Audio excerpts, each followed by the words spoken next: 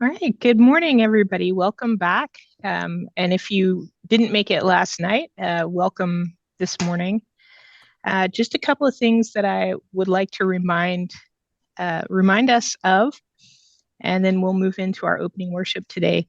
The first is that we would ask you if you are presenting and you have slides with text, or if you have images or videos, um, for the sake of equity for people who may not be able to see as clearly.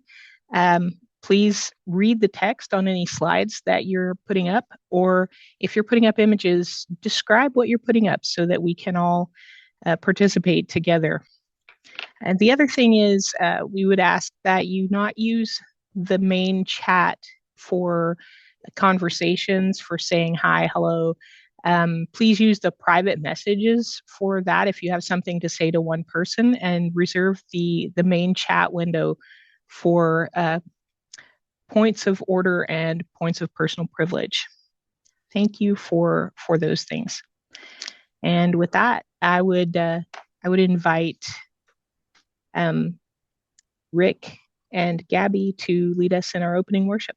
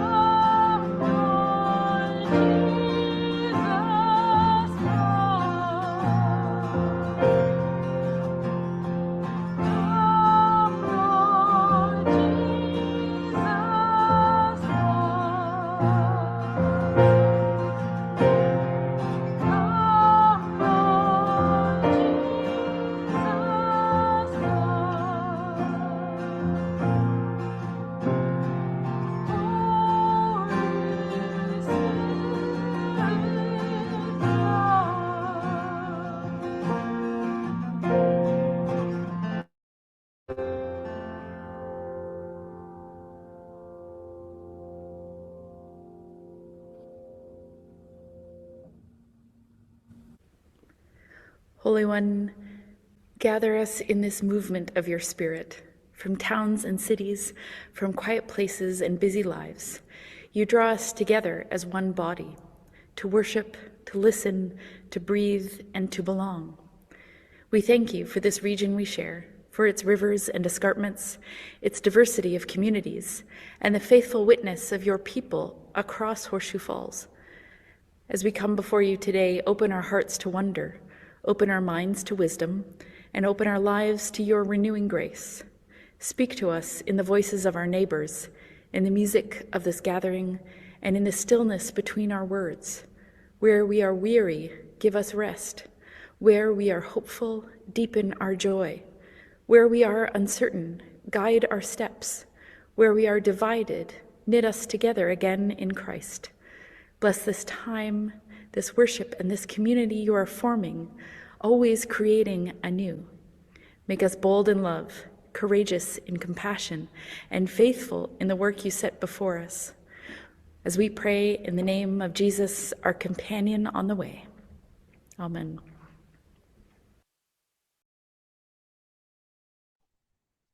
Amen. Thank you, Gabby and Rick.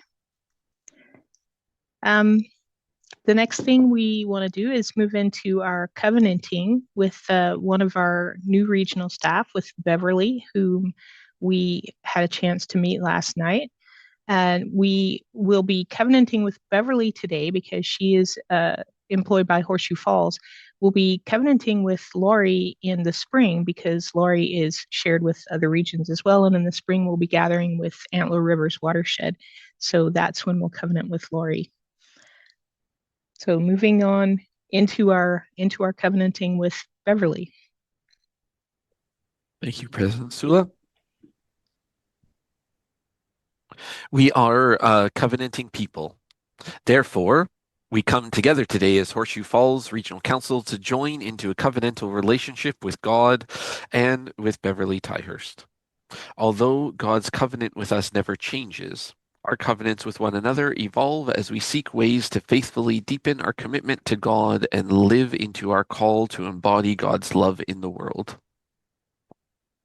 Remembering the water in which Christ was baptized, the mysterious current of the Holy Spirit, and those great waves crashing over God's creation, and how we are tied together by this great tide. President Sula, I present to you Beverly Tyhurst, Minister Congregational Support of our beloved Horseshoe Falls Regional Council. We are here to join in a covenant relationship with God between the minister, congregational support, the regional staff, the regional council, and the wider United Church. Although God's covenant with us never changes, our covenants with one another evolve as we seek to deepen our commitment to Jesus and to embody God's love in the world.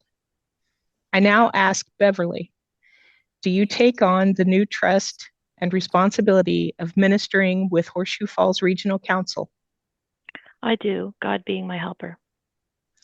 Will you share in the ministry goals and faith story of Horseshoe Falls Regional Council? I will, God being my helper. And will you accept the support and encouragement of your colleagues and the staff team and the Regional Council? I will, God being my helper. I invite the other Regional Council staff to respond. Will you welcome Beverly as a colleague among you, offering them your time, support, and assistance as you serve the regional councils together? If so, please answer, we will, God being our helper. We will, God being our helper. I invite the members of the Regional Council to respond.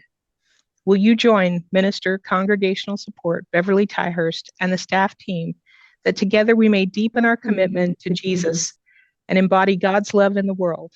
If so, please answer, we will, God being our helper. We will, God We being will, our God being our helper. helper. Will you support these Regional Council staff members as they serve among you in this ministry? If so, please answer, we will, God being our helper. We will, We will, God being God our being our helper. helper. Beverly, I understand that you have a symbol you would like to share with us. So I have a horseshoe. So my understanding of covenants in the United Church is that it is more than just an agreement. It is a relationship, a promise to walk together in faith, support one another, and serve God as disciples. So as an equestrian in Horseshoe Falls, the image of a horseshoe naturally came to mind. What seems like an ordinary object in my life reflects much of the ministry I am called to share. A horseshoe carries weight, helping the horse stand steady on rough ground. Ministry also carries weight, and I commit to helping upholding communities of faith so that our shared work can work and flourish.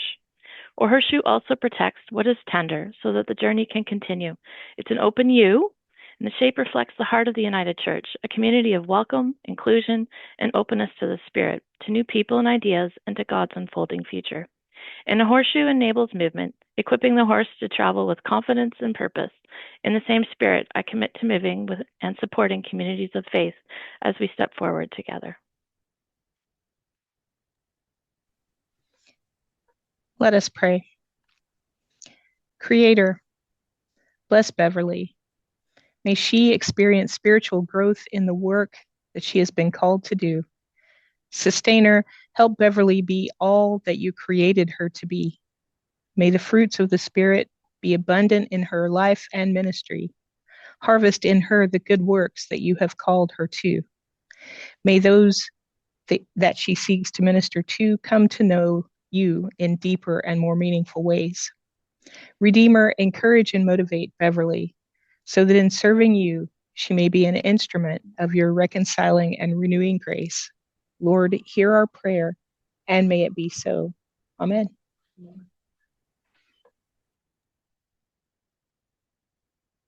In this season of the church, may we go from this place with hope that our works in the world can lead to an everlasting peace, both within ourselves, creation, and each other.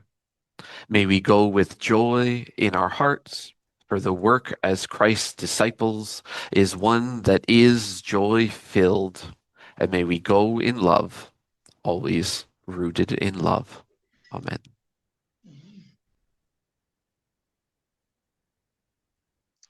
Amen.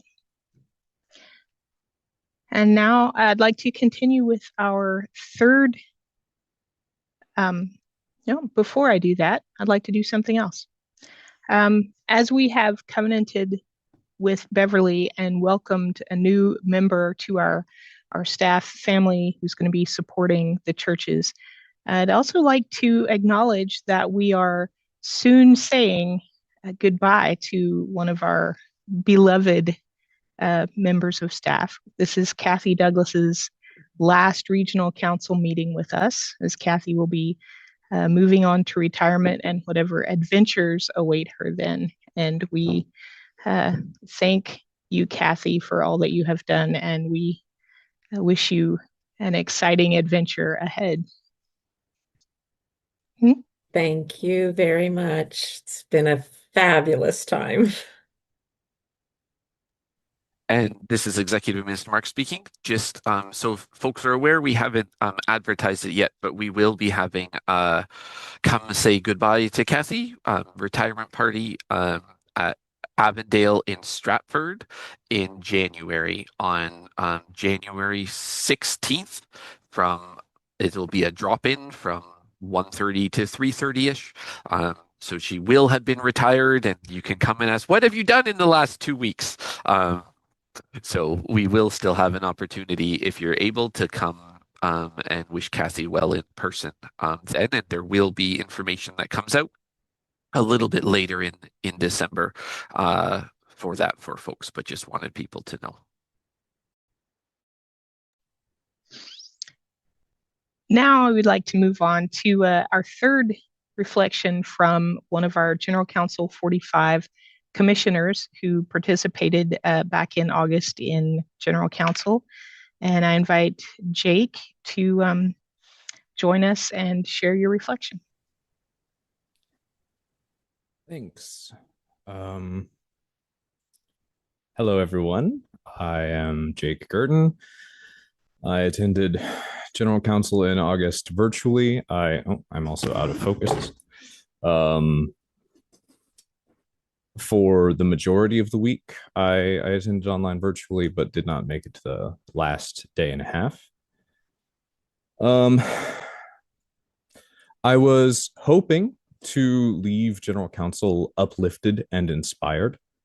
but the experience I had was overall more disheartening. So I'll just talk about a couple of the things that sort of stood out to me, and that, that'll be my summary. Throughout the meeting, in an attempt to be mindful of potential speakers with anxieties about public speaking, the moderator was frequently reminding the council not to applaud. And while I understand the motivation, absolutely, the unfortunate effect I perceived was a constant reminder not to support the people who were speaking and not to try and sort of uplift our peers. At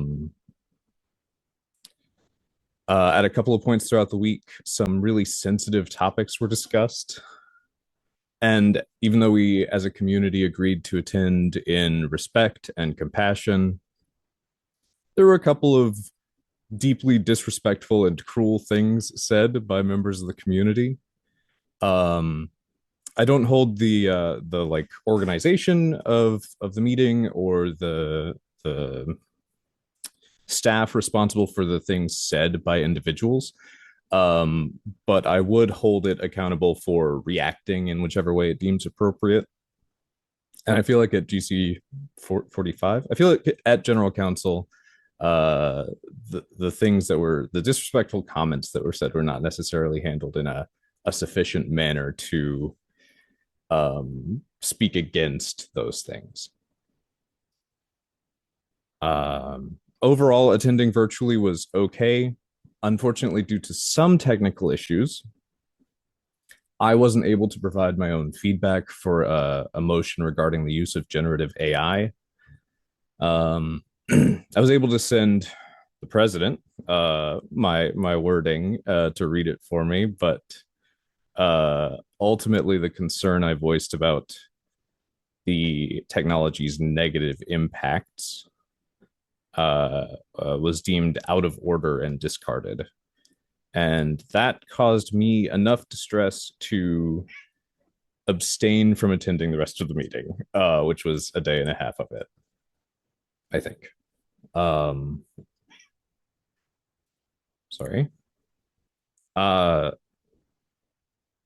Overall, to me, the tone of the meeting was very financially motivated, which is not necessarily uncommon for United Church councils, but it felt very dreary to me. I was left discouraged about the future of the church and personally at odds with the values of some of the larger community. And maybe the larger community as a whole. And following General Council, I withdrew from what commitments I had in the United Church and have sort of began to distance myself from working there or being involved with the community. So overall, fairly negative experience, I would say. I don't think that's 5 minutes, but that's sort of the whole reflection I had. Thanks. Thanks, Jake. Let's just have just a quick moment and say a prayer. God, grant us the serenity to accept the things that we cannot change, even when they are scary or hurtful or make us angry. Help us to find that peace, to have acceptance of what we hear, what we see. Grant us the courage and the strength to change those things that we can change, that need to be changed. And grant us always wise discernment. In Jesus' name we pray. Amen. Our next item on the agenda is to start talking about our financials, and I would invite John and Mark to take that.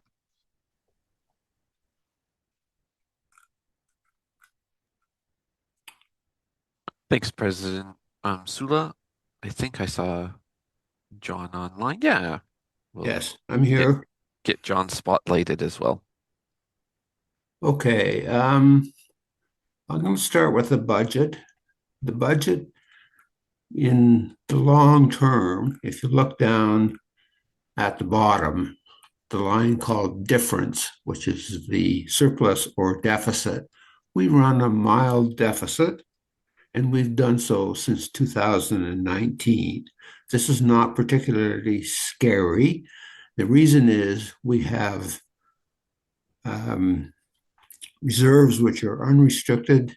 We have sales of property coming in. There's things we can do. So we can do this and manage it out into the future for a few years. So there's nothing scary about the budget. And excuse me, Mark sent it to me a week or two ago, and I picked away at a few of the lines, but there's really nothing staggering that jumps out.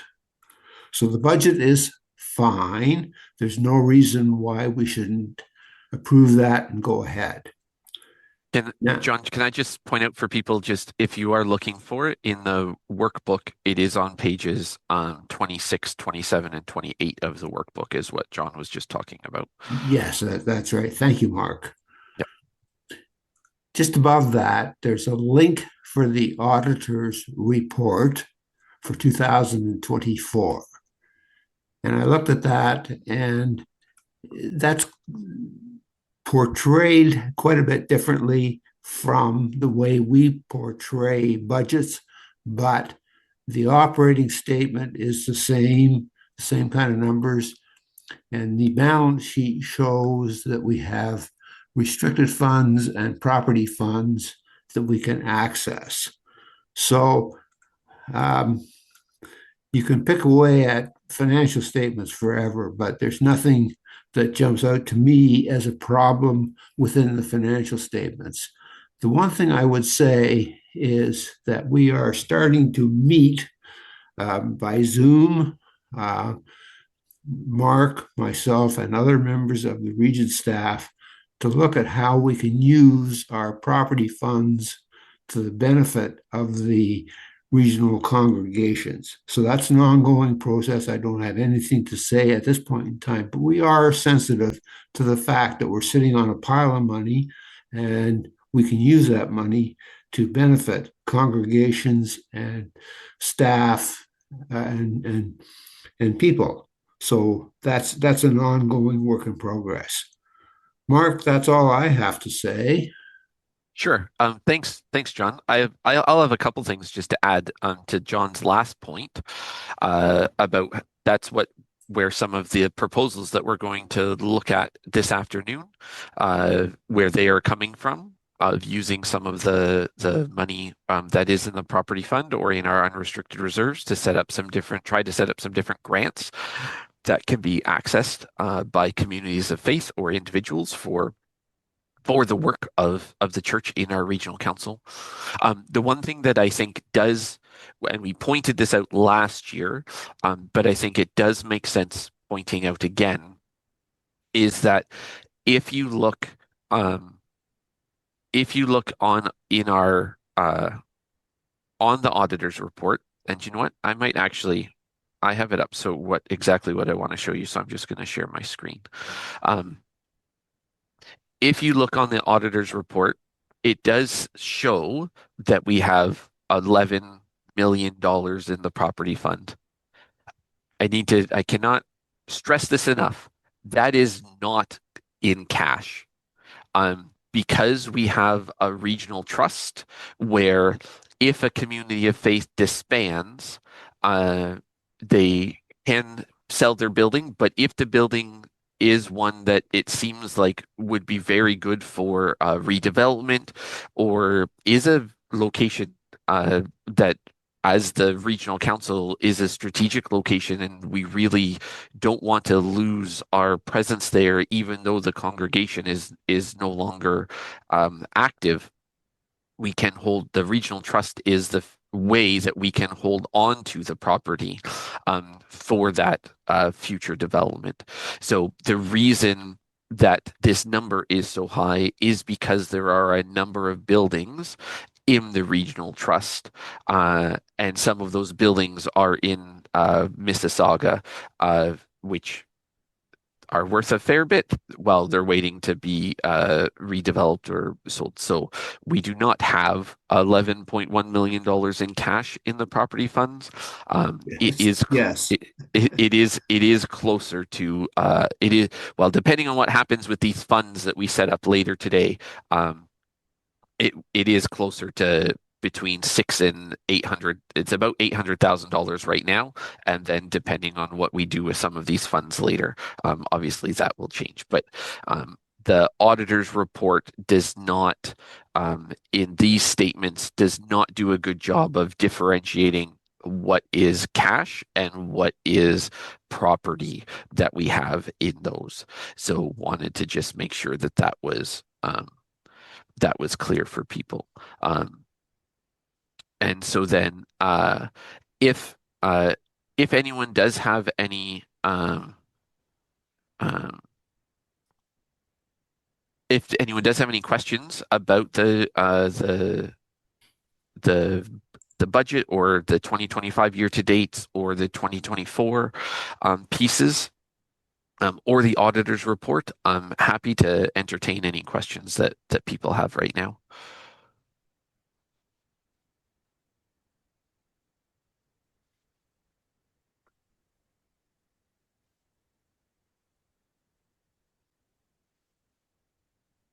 If you do have any questions, I would ask that you use the React function in Zoom to raise your hand and to ask your question that way.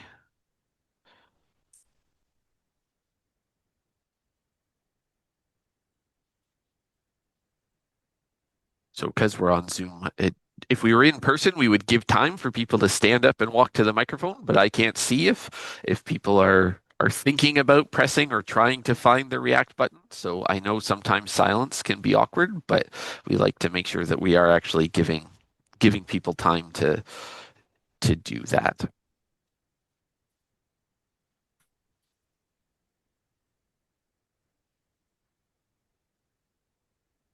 No, not yet. This is just any general questions. Okay, so but this, it does seem like we don't have, oh, there we go.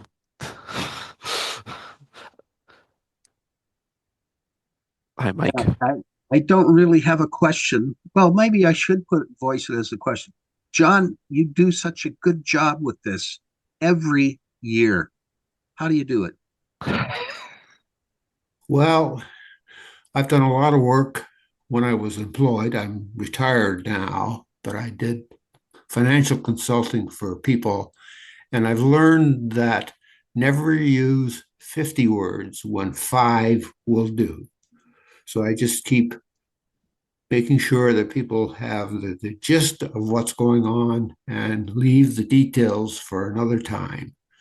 Everything is in good shape. That's for sure.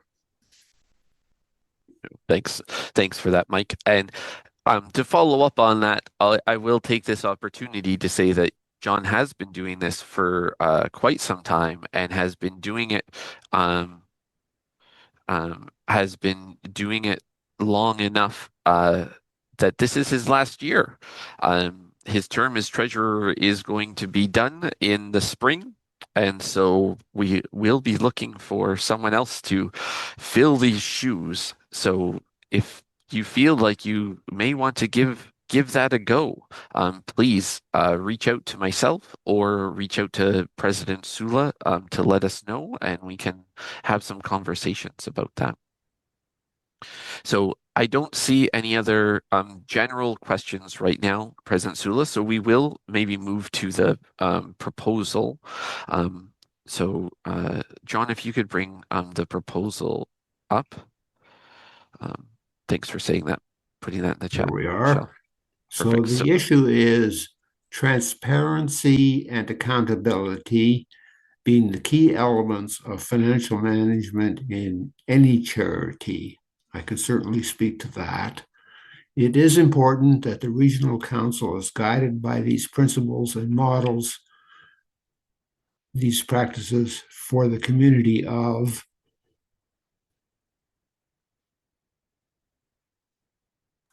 Sorry, you can't see the bottom line there. For the communities of faith within its bounds. Okay, thanks. Thank you, Mark. Yeah. Regional council needs to understand, this is proposal 2, the regional council needs to understand both the strengths and the challenges of its financial situation to be able to function effectively in the present and to ensure it is well positioned for the future. We are establishing a budget for 2026 is one step in this process and will guide the executive in its management of regional council resources. What might we do? The regional council might, 1, receive the internal 2025 operating statement to date for information, and 2, approve the 2024 auditor's report. 3, appoint KPMG LLP as auditors for 2025 financial year and adopt the proposed 2026 budget, authorizing the executive to adapt as necessary. I certainly speak in favor of what we are trying to do. We are healthy. The region is healthy. We have good people. We have a good executive. We work hard, all the people in the region, and we are financially well endowed. We're not living day to day. So we're very lucky and fortunate that we can be in this position. Thank you, John. First, I'd like to ask if there are any clarifying questions, and we'll get to debate in just a bit. These are questions of clarification if there's anything that was not clear. Please, if you do have a question to ask for clarification, please raise your hand by clicking the React button at the bottom of your Zoom screen, and then the raise hand button.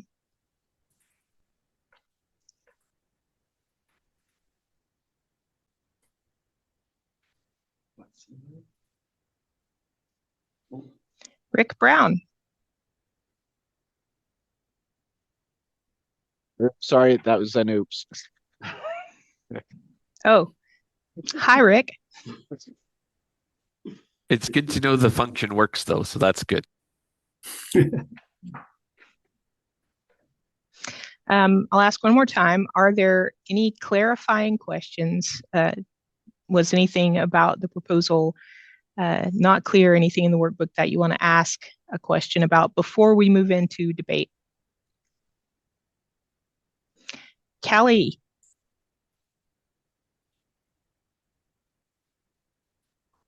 I just wondered, with these big shoes to fill, whether John is willing to give orientation if anyone present knows of a financial wizard looking for an opportunity. If someone needs help, I will certainly help.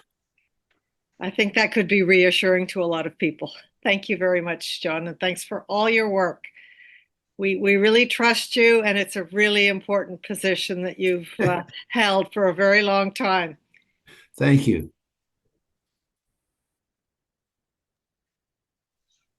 Thanks, Callie. With that, seeing no real clarification questions, I would ask John if you want to move your proposal. I will move the proposals. Yes, I will. Mike? I'll second that. Thank you, Mike. That's Mike Wyatt, St. Andrews, Brantford. Thanks for that. Now the motion is moved and seconded. Is there any debate, any discussion of the proposal?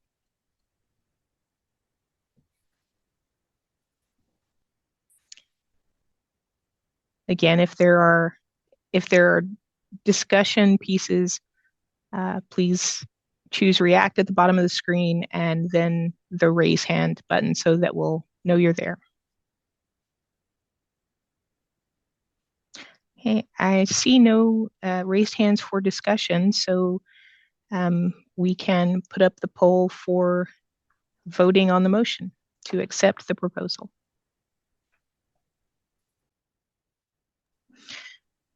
Okay, that was fast. You can close the poll. That was passed, overwhelmingly passed. And the motion is carried. Thank you very much, John. Thank you.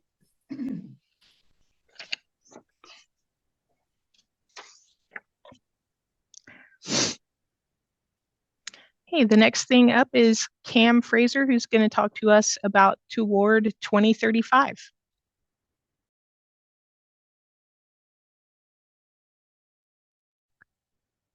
Thank you so much, President Sula, and to friends at Horseshoe Falls Regional Council. Going to do my best to share my screen here and put a slideshow up. And as we go throughout, I'm going to do my best to describe what is on those slides for y'all.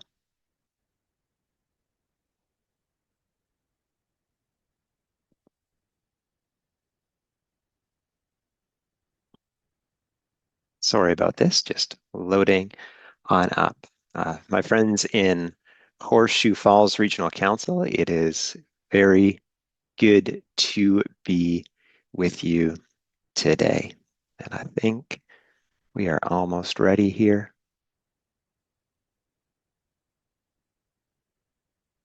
Sorry about this.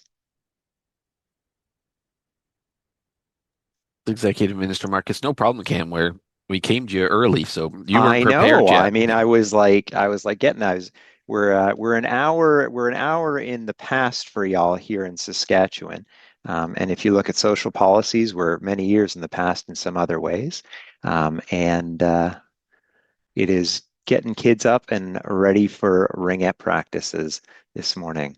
So hoping that maybe someone on tech can confirm to me if there is now a slideshow up in front of y'all. Cam, this is John Neff. You're good to go. Thanks so much, John. God will pour the Spirit out on all flesh. Our children will prophesy.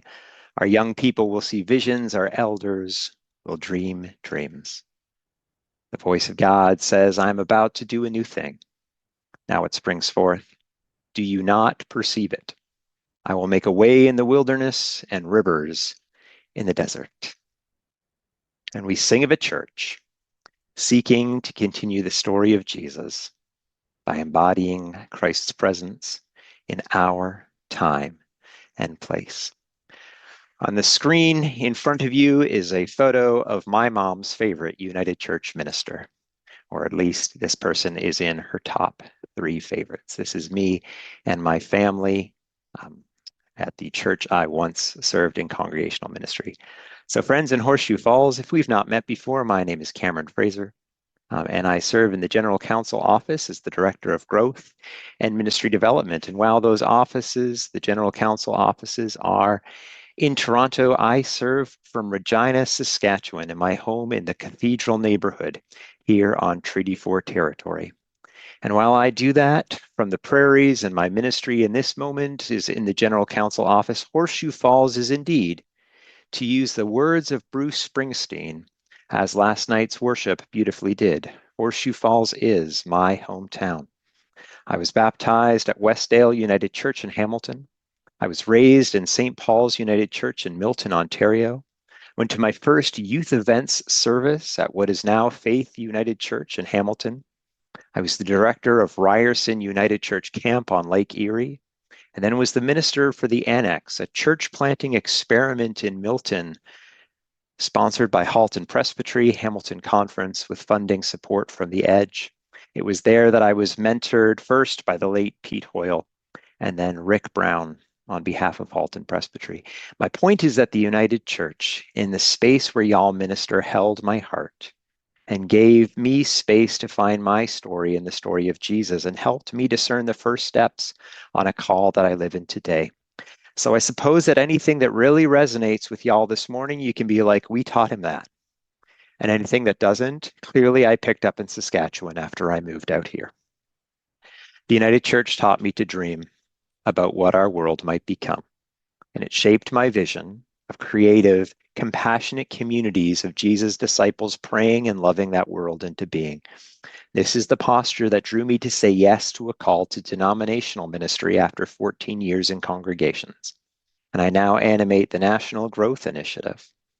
You may know a lot about that, or maybe it's something you've just heard a bit about. If you have seen this, and on screen is a depiction of the Last Supper, a place at the table campaign. And on screen now is a number of snapshots of communities with their own table, the 100 Tables Project. So if you've heard of either of those things, you've heard about the Growth Initiative. Or if you have encountered Reverend Greg Smith-Young and know about his work in your region, you have encountered our work out in the wild, as we say, and I know you get to hear from Greg later today. Each Thursday, we spend time in our department in prayer for and with communities. And we would love to have you join us, either by coming and praying with us or by letting us know how we can hold your community in our prayers. On the screen in front of you is a photo of some mountain bikers. Because when I was in university, I worked at a sports camp at Trent University in Peterborough. And one of the areas I worked in was mountain biking. And we taught mountain biking to groups of young campers. We would focus on a skill called tracking. What we would do is we would pause along the trail and we'd get off our bikes and we'd look at what was coming up next. We'd always take them to the same spot because I knew there was lots to talk about. And we'd have them point out what they saw. The big rock that's on the left, the branch that's on the right, or the way that the turn kind of twists in the middle. Here's the thing with tracking. It's about looking for the clear path you want to follow and fixing your eyes on that. You need to recognize the obstacles, but they can't be your focus. I don't know if we have any mountain bikers in the space. Escarpment, great place to mountain bike. Grew up mountain biking on Kelso myself. But when you're biking along and you're thinking to yourself, don't hit the rock, don't hit the rock, don't hit the rock, you are going to do one thing and you're going to do one thing only. I bet you can guess. You're going to hit the rock. But here's the thing. When we're tracking, when we're seeing where we're trying to go, when our eyes are fixed on that, we still, honestly, we might hit the rock.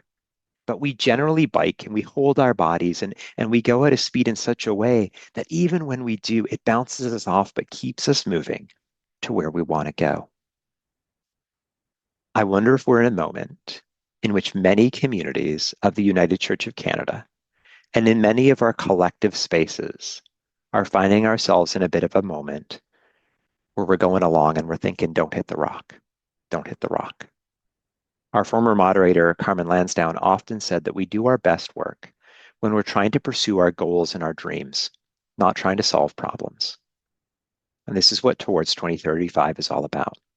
Together, as a whole church, naming where we want to go, where we believe God has called us, and to fully acknowledge the challenges of the moment, but to fix our eyes, to follow signs, to nurture seeds, to root ourselves in prayer, and discern what is the next step, what shall be our vision, what shall be our dream.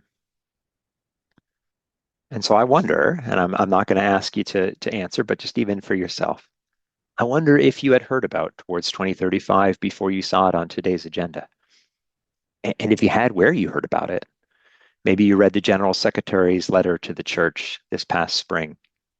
Maybe you saw a presentation at General Council 45, either in person, online, on the YouTube channel after the fact. Again, it featured one of my mom's top 3 favorite United Church ministers speaking. Or maybe you read the Broadview article about that afterwards. And if you read any of those things, if you saw any of those things, if you heard any of those things, I wonder what you made of it all. I wonder what you understood to be the main message behind it. Who is Towards 2035 for? And what's it all about? Well, to quote Disney's High School Musical, we're all in this together.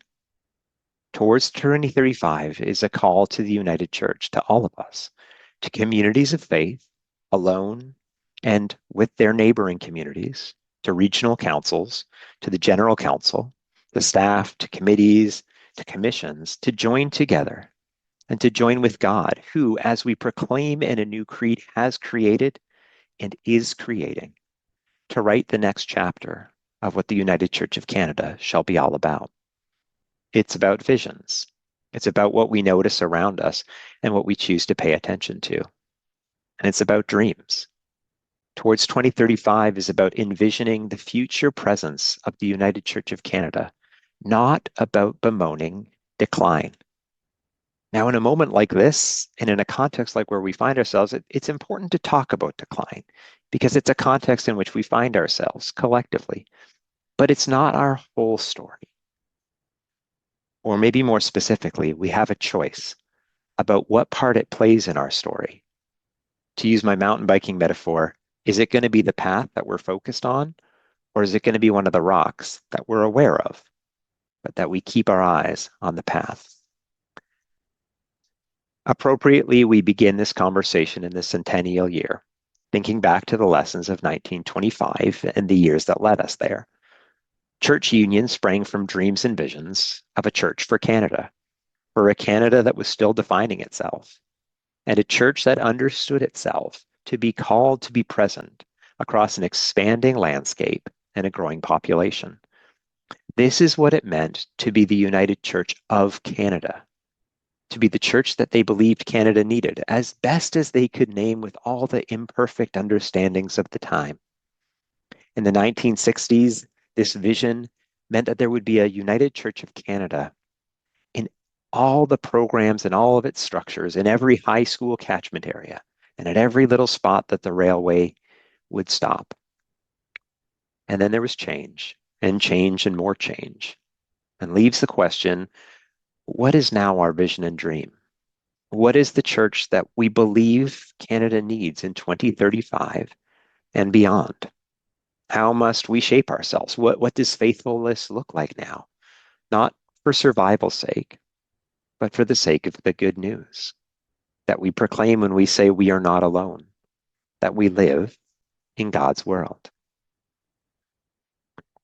The question of what comes next brought together national staff leaders and regional council executive ministers in the fall of 2024 to look honestly at where we find ourselves collectively and where we might be heading. They asked big questions. What is the likely future of the United Church of Canada if we continue the current path? They asked, what would it take to shift that trajectory? And how do we lead into what comes next from a place of faith and not a place of fear?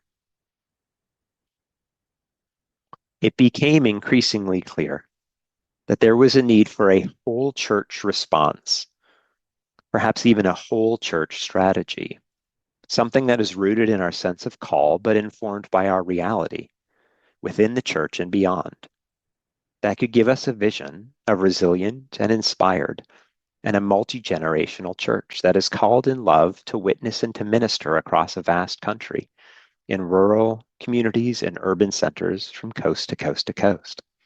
Now, when I say whole church strategy, I sometimes wonder if people hear in that something that is one size fits all, something that is developed centrally and then imposed on others. And I think that's the furthest thing from what we must mean in this moment. To be whole church, I believe, means that each part in its own context asks the same question. What is the church needed? What is the church that is needed in this moment and in the years to come in this particular place?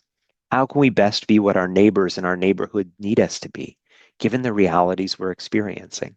But whole church also means that we don't ask those questions fully alone, that we discern together to be connected, united but not uniform, to recognize that regions are asked to hold a picture geographically that is essential to inform what local discernment looks like, and that the General Council holds a countrywide perspective that is both out of touch if it's not informed by lived reality in particular communities, but also can see patterns and trends that local discernment can't see. To be the whole church is to ask what can be done best at what level, what must be asked at each level. And all of this requires a lot of trust, requires a lot of listening.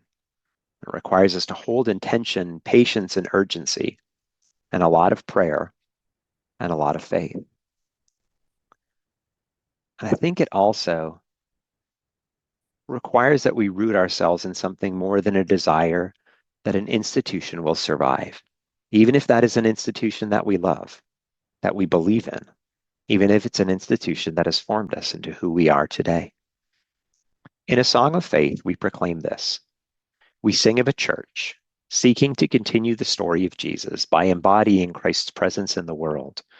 We are called together by Christ, a community of broken but hopeful believers, loving what he loved, living what he taught, and striving to be faithful servants of God in our time and place. I want us to take a moment to think about Jesus. To think, what is it about the story of Jesus, what he loved, what he taught, how he witnessed to God? What is it about Jesus that captures our heart? I wonder if you can name that for yourself. I wonder if you can articulate that this is that thing that I carry with me.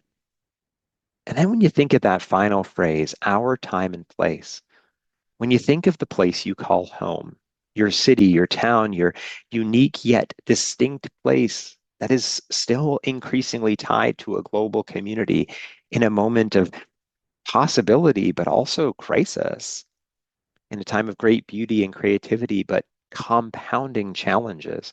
What is it about the story of Jesus and the presence of Christ in our world that you long to see embodied where you live? When I think of the cathedral neighborhood in Regina and I think about the splintered factions that we see in our neighborhood, I think about the way in Jesus' stories he brings community together, reconciles, and makes new. And I long to see that, not just talked about for an hour on Sunday morning, but in the neighborhood where you live and love and relate to the world. What do you long to see?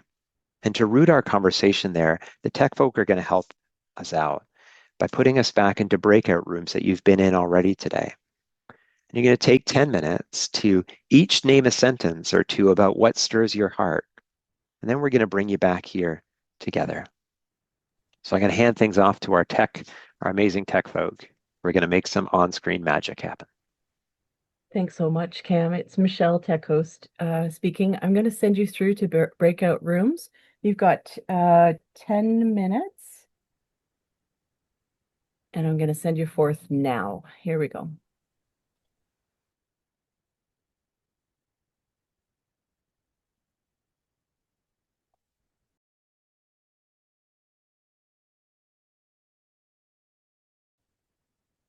Welcome back, everyone. It's Michelle, tech host, speaking. I'm going to hand it back over to Cam Fraser.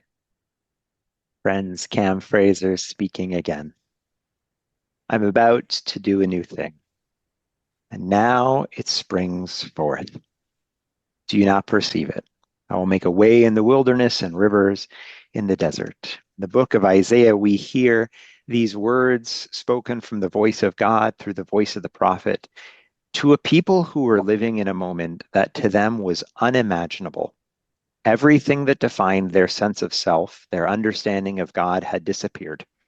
And it was in this moment, in that moment of discombobulation, of being far from home in every sense of the word, that they were asked if they could perceive a new thing that God would do amongst them.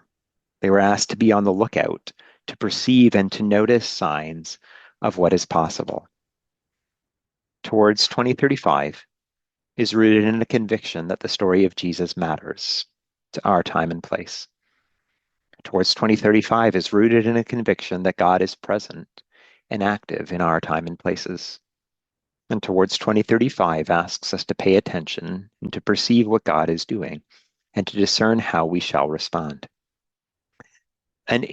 A resource to introduce Towards 2035 to congregations is in the final stages of being prepared and will be available soon.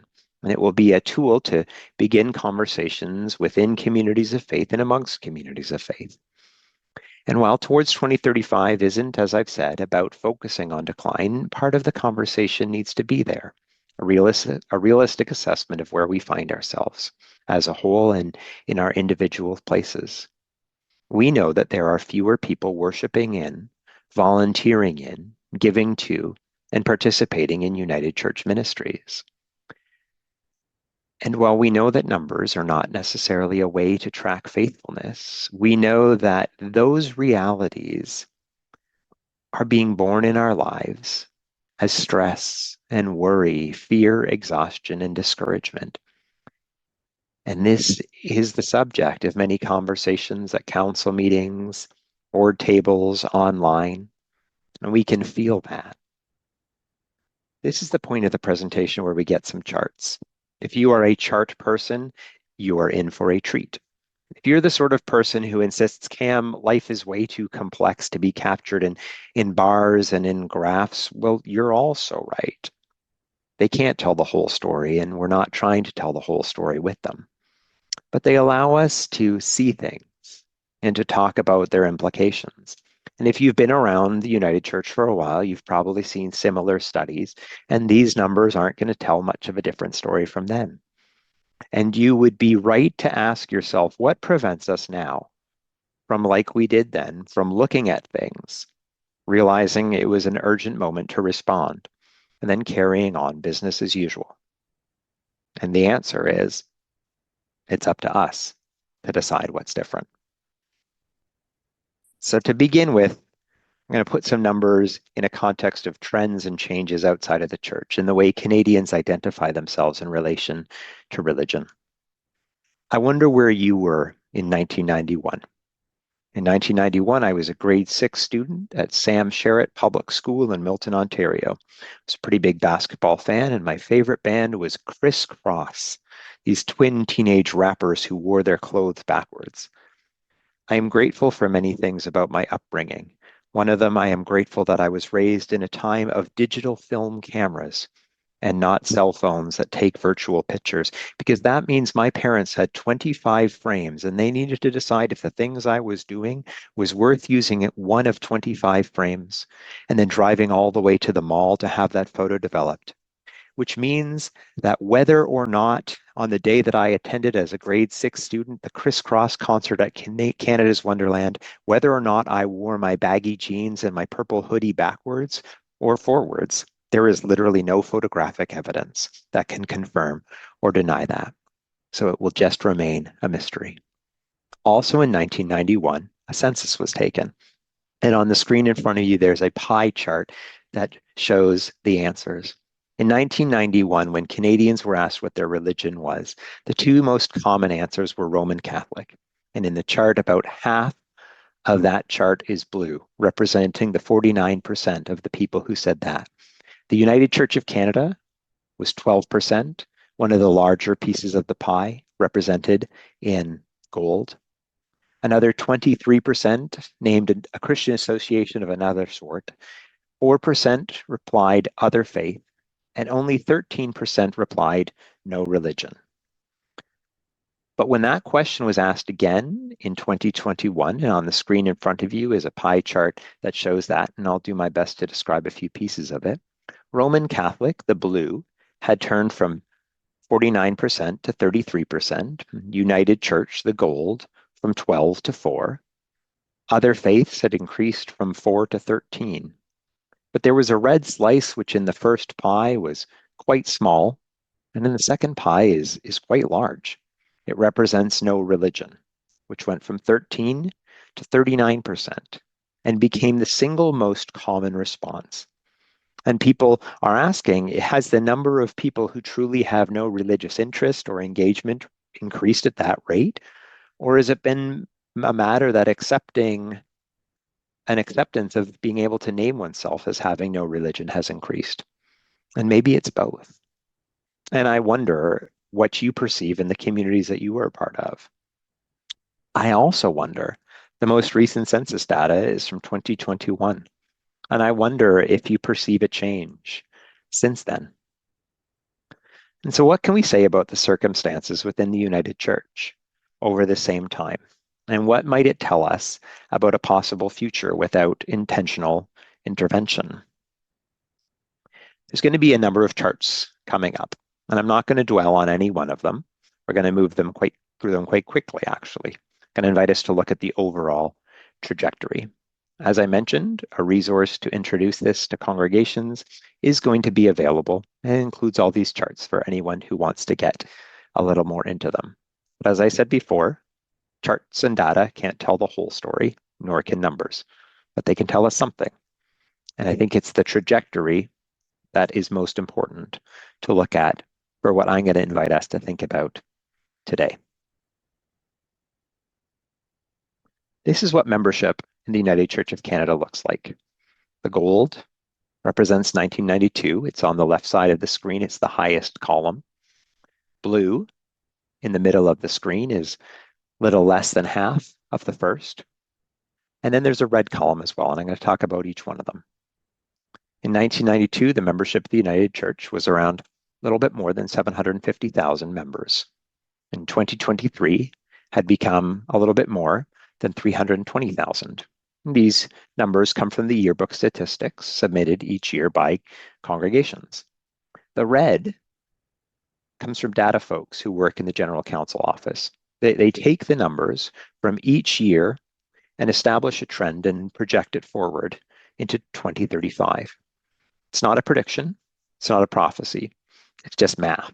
Math doesn't account for everything, but it can give us something to visualize, something to name, and something to discuss.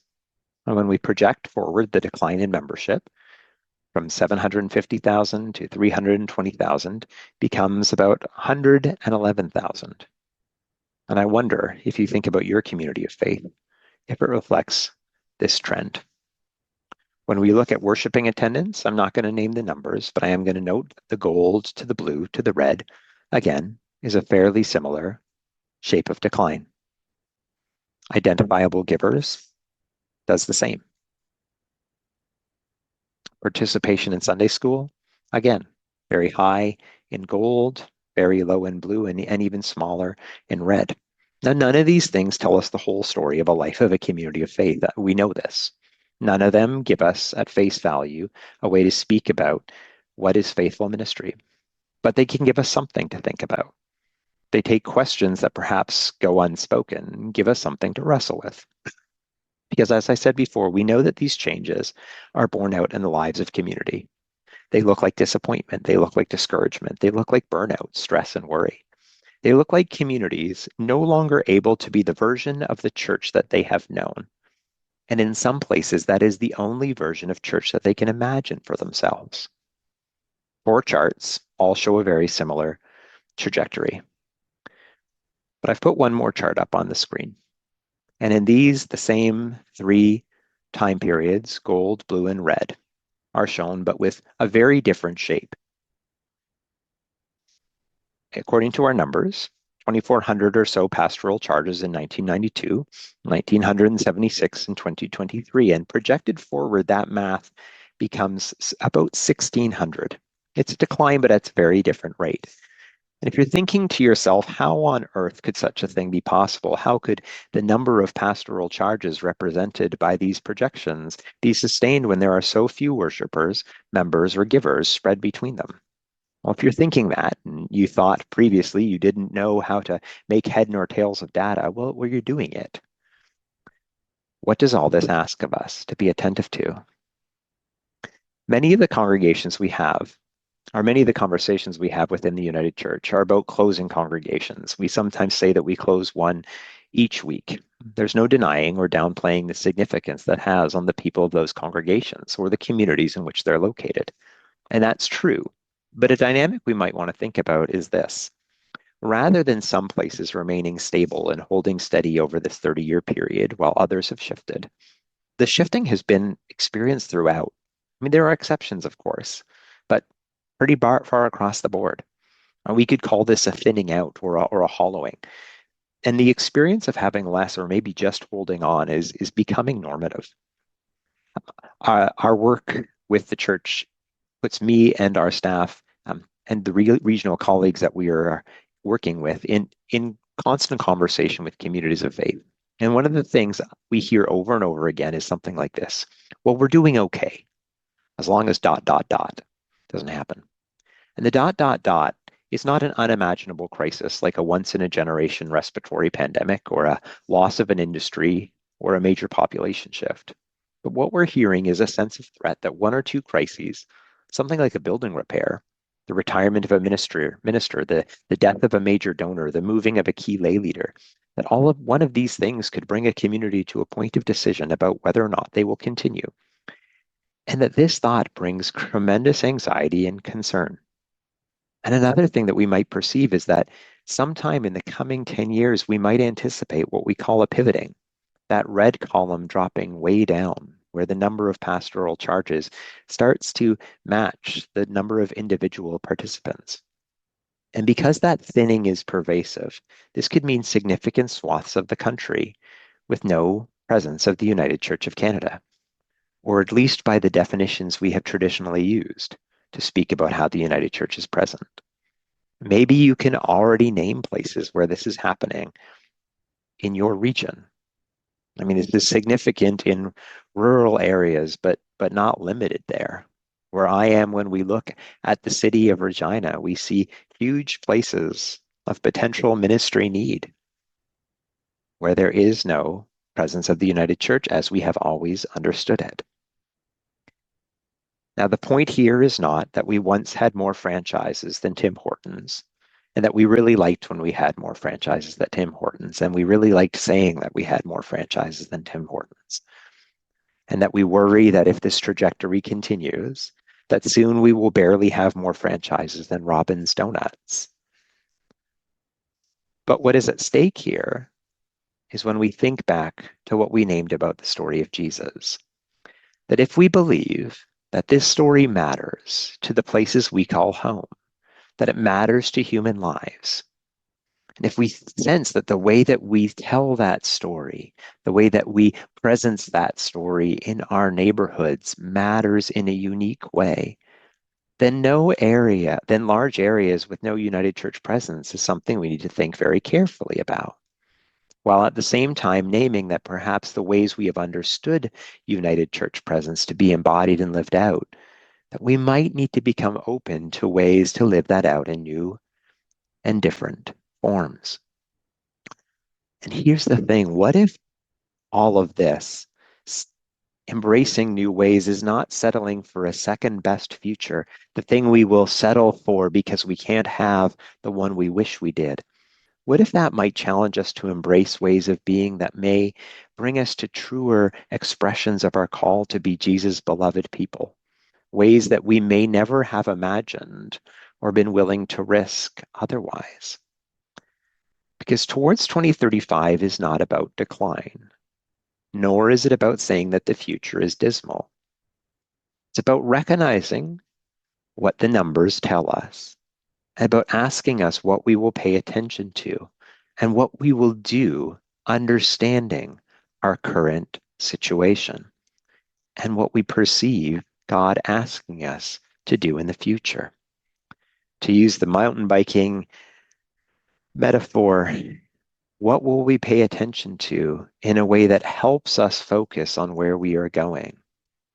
To draw from the scripture from Joel, what will we fix our eyes upon that will fix our visions and shape our dreams? As we think about the words from the prophet Isaiah, what else is there happening within the church and within our world that offers a sign that there is indeed new things emerging? And that's where we're going to pick up after the break, because Towards 2035 is not about predicting the future.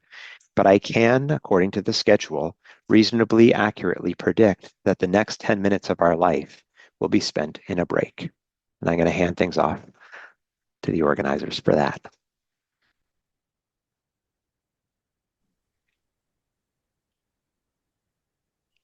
Thanks, Cam. And your predictive powers are amazing. I'm sure that's one of your mom's favorite things. For the next 10 minutes, friends will take a break. So get up and stretch, walk around, grab a coffee, do some jumping jacks, send us a video of that. And then we'll be back here at let's say 10:35. So 12 minutes. All right, we'll see you back at 10:35.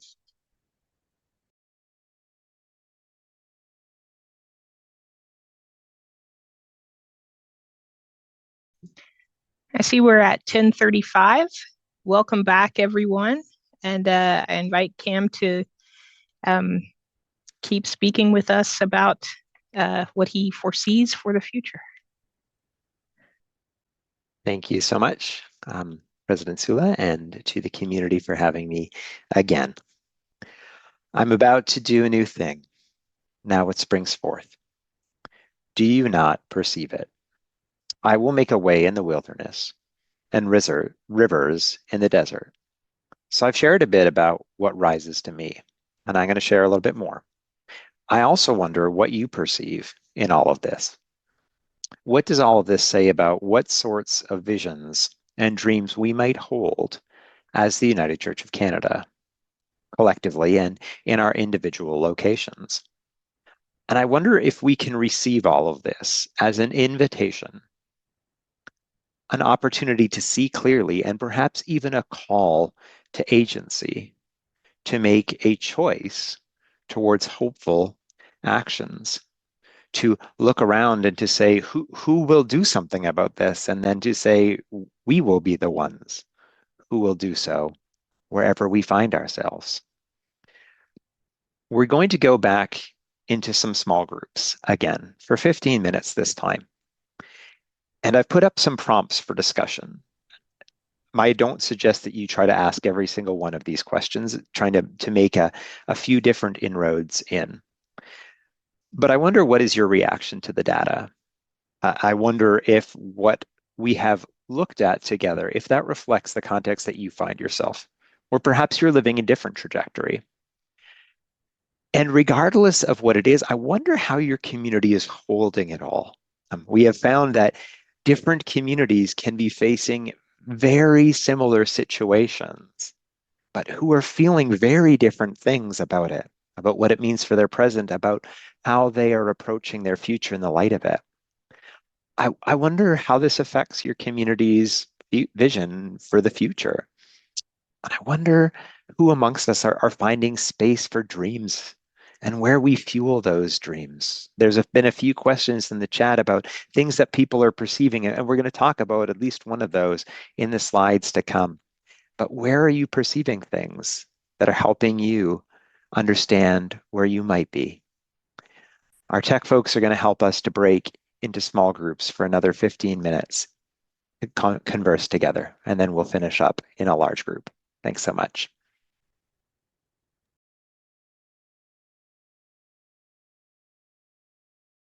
Welcome back, everyone. I'm going to hand it over to Cam Fraser again. It would be wonderful another time to hear the kind of conversations that emerged from that time, and I pray that they were a blessing to you.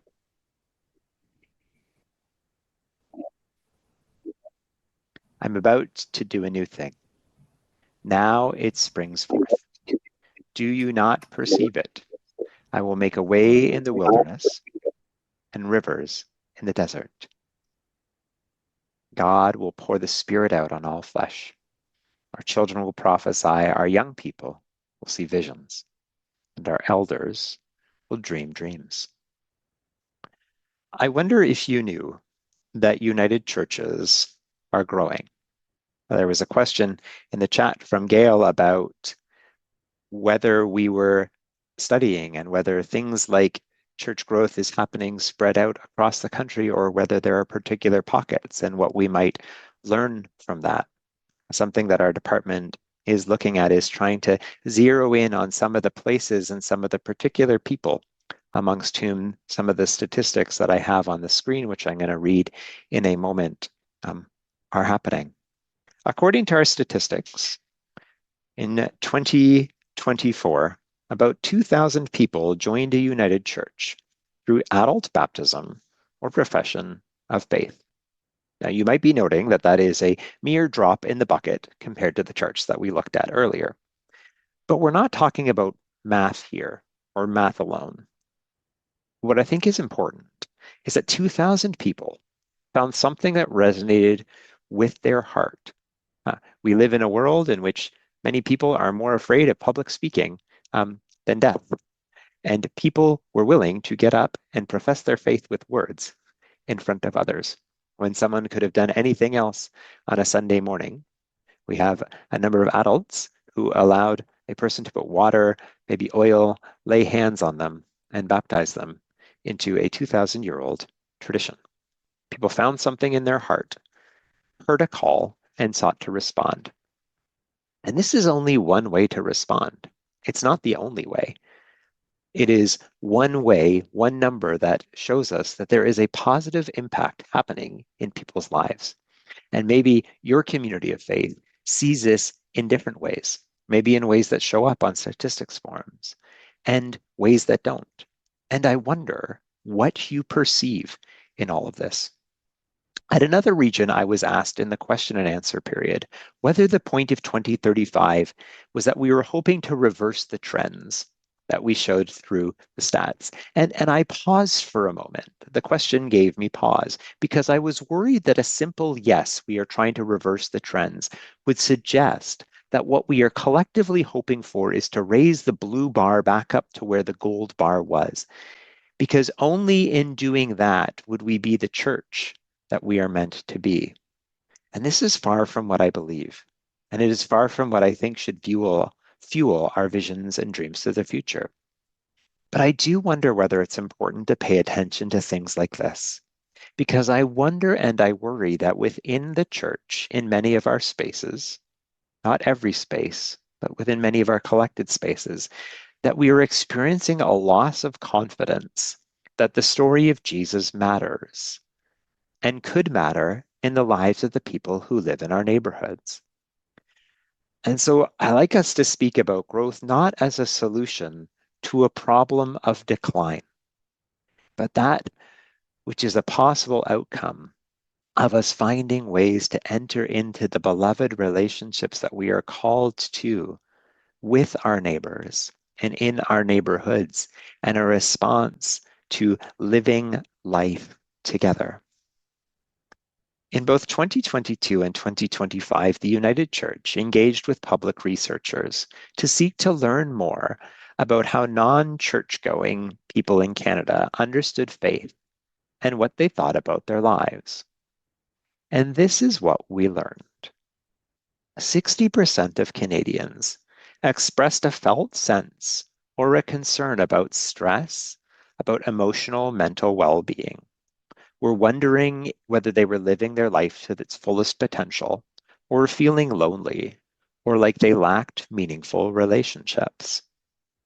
And in the second study, conducted this spring, 49% expressed a thought or a conviction that there is a higher power or a God, that almost half of those engaged in a practice of personal prayer. I wonder what we perceive in this. When we pay attention to this, I wonder what it calls us to think about how we might engage with our neighbors. It's not that we're trying to capitalize on this to solve our problems of attendance, of giving, or volunteering, but might there be, in fact, a role for us to play to accompany people in their wonderings about prayer, in their feelings of all is not right in my life, and I long to find something to connect with. Once again, I've put up in front of us a place at the table photo that was created with folks across the United Church of Canada. And in a place at the table, we sought to reach right into the center of our tradition, to the center of the Christian story, to the table of Jesus, and to speak it back in a way that might ignite the imagination of our neighbors beyond the church. And once again on the screen in front of you are snapshots of communities of faith and tables outside and in their neighborhoods. Following from a place at the table, a one large national campaign, we sought to pick this up locally, to invite communities to tell their own story of what Jesus's expansive invitation to the table meant to them, and what they thought that that table, that invitation to beloved community means in the context of their neighborhoods. We had 115 people participate to develop their own local initiative, to think about the story that drives them and what it is about Jesus's invitation to table to find friendship and hope, community, wholeness, salvation there, and what that might mean to their neighbors. 115 communities were excited to find a way to speak the story of their faith into their neighborhoods. And this is, of course, only one way that people were doing so.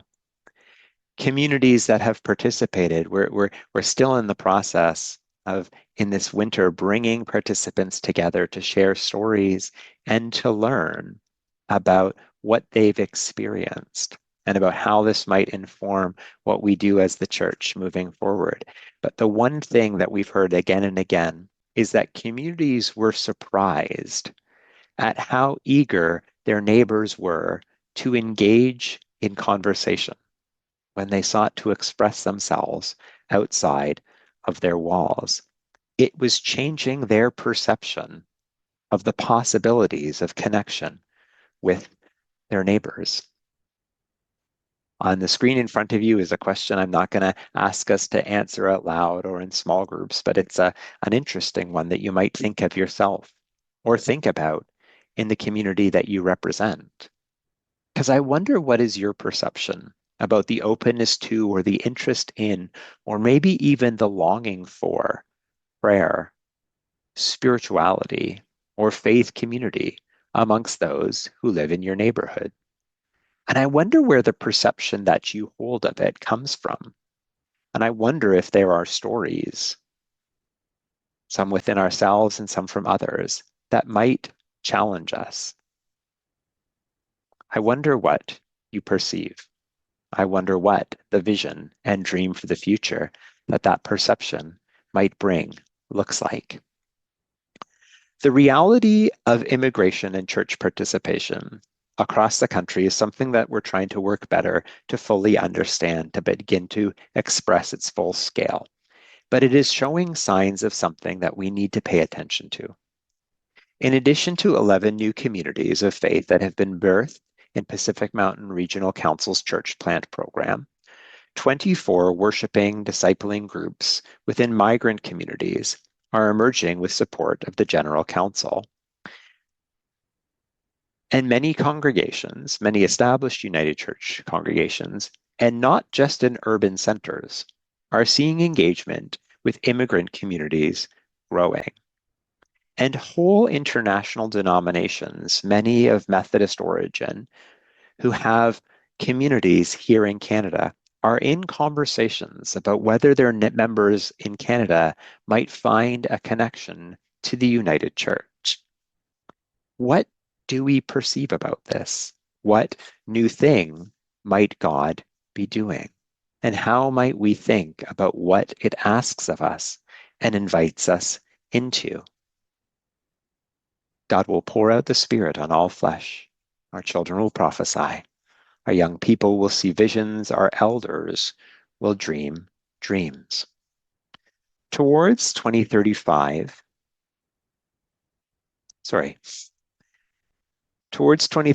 invites us to ponder what it would mean to think about the future of the United Church of Canada in terms like these. And I'm going to read what is on the screen in front of us in a moment. Similar to the mountain biking story, in which tracking is all about fixing our eyes on something and looking forward to it. Marie McDonald in the Bloom podcast says, human beings need goals. We need things to pay attention to. We need something to look for in the world so that when we see early signs of it, we can latch our minds onto that, because she says, as humans, we have evolved to watch for threats.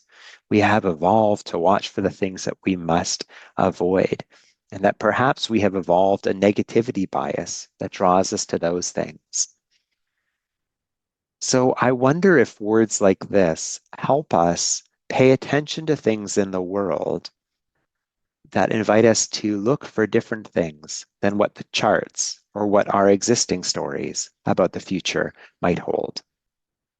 In 2035, resilient, inspired, diverse, united church communities of disciples, coast to coast to coast, urban and rural, continue the story of Jesus by embodying Christ's presence in our time and place. In the broadest of terms and in diverse expressions across the country, inspired communities embody all aspects of the denominational call to deep spirituality, bold discipleship, daring justice. Resilient communities have sufficient stability and sustainability to prevent them from feeling as if they are one or two crises away from closure, and there is a sense of having and being enough. The United Church as a whole more closely reflects the racial and ethnic diversity of Canada, with Indigenous and Francophone presence, and includes the presence of all generations, notably children, youth, and young adults. I am about to do a new thing. Now it springs forth. Do you not perceive it? I will make a way in the wilderness and rivers in the desert. Our young people will see visions, and our elders will dream dreams. I wonder if we can find in the words of Towards 2035, words that we'll begin to hear more often, something to train our hearts and our minds to look for. And I wonder if they will help us speak to one another, not about the things that we hope to avoid, but about the things we hope to build. Wonder if words like this can give us some common things to say about what we hope for the future of the United Church of Canada as a whole church. And I wonder if they can be broad enough that they could become the larger story we tell ourselves and the thing that we pray we are becoming, but also being spacious enough to make room for the diverse ways the Spirit will call us to embody these in the different spaces that we are finding ourselves. And if we are to begin our hope for the future of the United Church of Canada with terms like these, we can see from data and from our shared common experience that there are some challenges and need for attention and intentional action. So towards 2035 then, as I begin, is for the whole church. But it's not a highly coordinated master plan. There's not a dossier somewhere with the steps that we all must follow.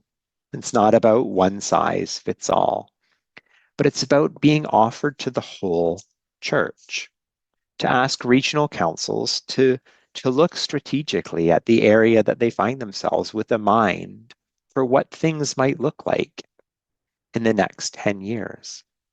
It's about regional councils and the general council aligning the work of the denomination to best support and accompany communities as communities discern what is the call of the moment for them, the call of the Spirit and the call of their context. And what about communities of faith? Well, here are 5 threads that you might think about. And I note that 2 of the proposals that you deal with later today have to do with some of these things, about first third ministry and about collaborative ministries. These things that are here are part of the congregational resource that we're developing for communities to engage with towards 2035. And they will shape the things, more resources that will come. So number one, can we articulate why the good news is good news to us? Can we find a renewed trust that our stories matter? The stories of our own connection to Jesus' story, and that story that we say in a song of faith we are called to continue and called to embody. And number two, prayer.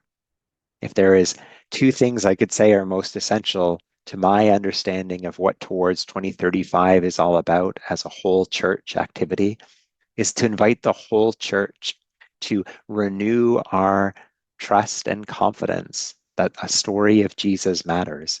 And number two, as a call to pray. What if we learn or relearn to listen for the voice of the Spirit in our prayers? This past spring, while speaking to Northern Spirit Regional Council, General Secretary Michael Blair expressed that he worried that amidst all of our perceived crises, that perhaps we within the United Church had lost the ability to stop and to pray and to listen. And so what if we need to relearn how to do that? And what if we need to gather not just within our own communities, but with other communities to pray and to listen for what we need to do next, for what is the thing God is doing among us? Number three, connection and collaboration. We express in our profession of faith that we are not alone. Now, what if there are places in which we have been struggling in isolation, where we could lay down some things that we have been holding too tightly and learn to live our life of faith in new expressions? Whether that is with other United Churches, in ecumenical relationships, in all sorts of ways. Number four is invitation and community connection. What if we learn to articulate to our neighbors, not an invitation to an hour on Sundays or an invitation to a volunteer role, but invitation to a way of connection that has given us life, energy, and hope? What if we can learn to speak with confidence and humility of where our story of faith has brought our hearts to life? And number five, what if we look to where in our area there are newcomer communities, where there are young people, not to pad our statistics or to solve our problems, but perhaps as the A Place at the Table photo seeks to inspire us, that there is a place of belonging, because we carry a vision of creation healed and restored. And so we welcome all to a table where none shall go hungry, where we gather as Christ's guests and friends, where we tell the story and where we continue the story of Jesus in our time and in our place. And so, friends of Horseshoe Falls Regional Council, a place I will always call my hometown, thank you for having me, and thank you as we journey together towards what we are becoming as the United Church of Canada. I'll pass things back to President Sula. Okay, friends, we're a little bit ahead of schedule, so I'd like to invite anyone, if you have questions for Cam. We have a few minutes to spare, so Cam, I'd like to invite you to just field a few questions. I'm seeing some things pop up here that people are interested in seeing the slides later, so if anyone has some questions that you'd like to share with Cam, we have time.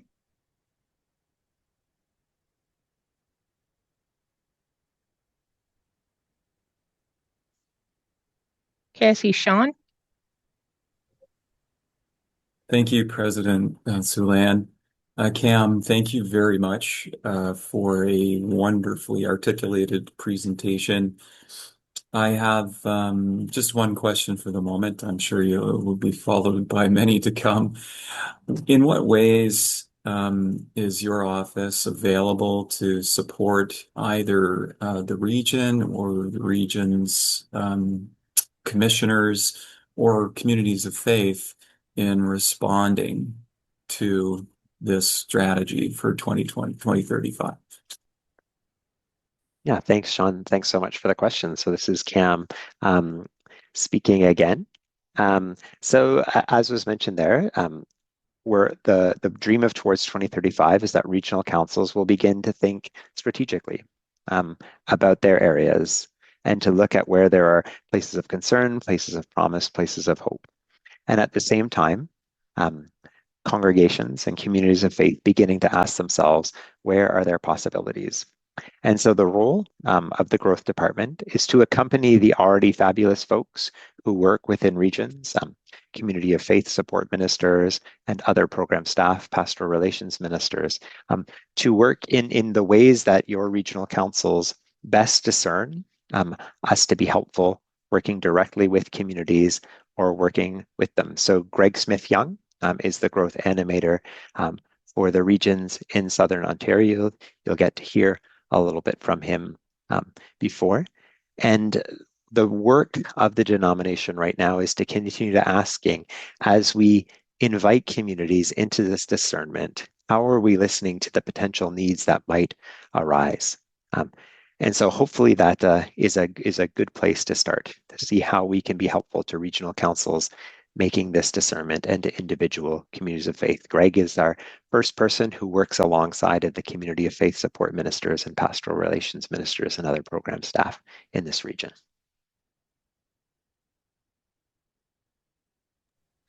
Next up, I see Callie.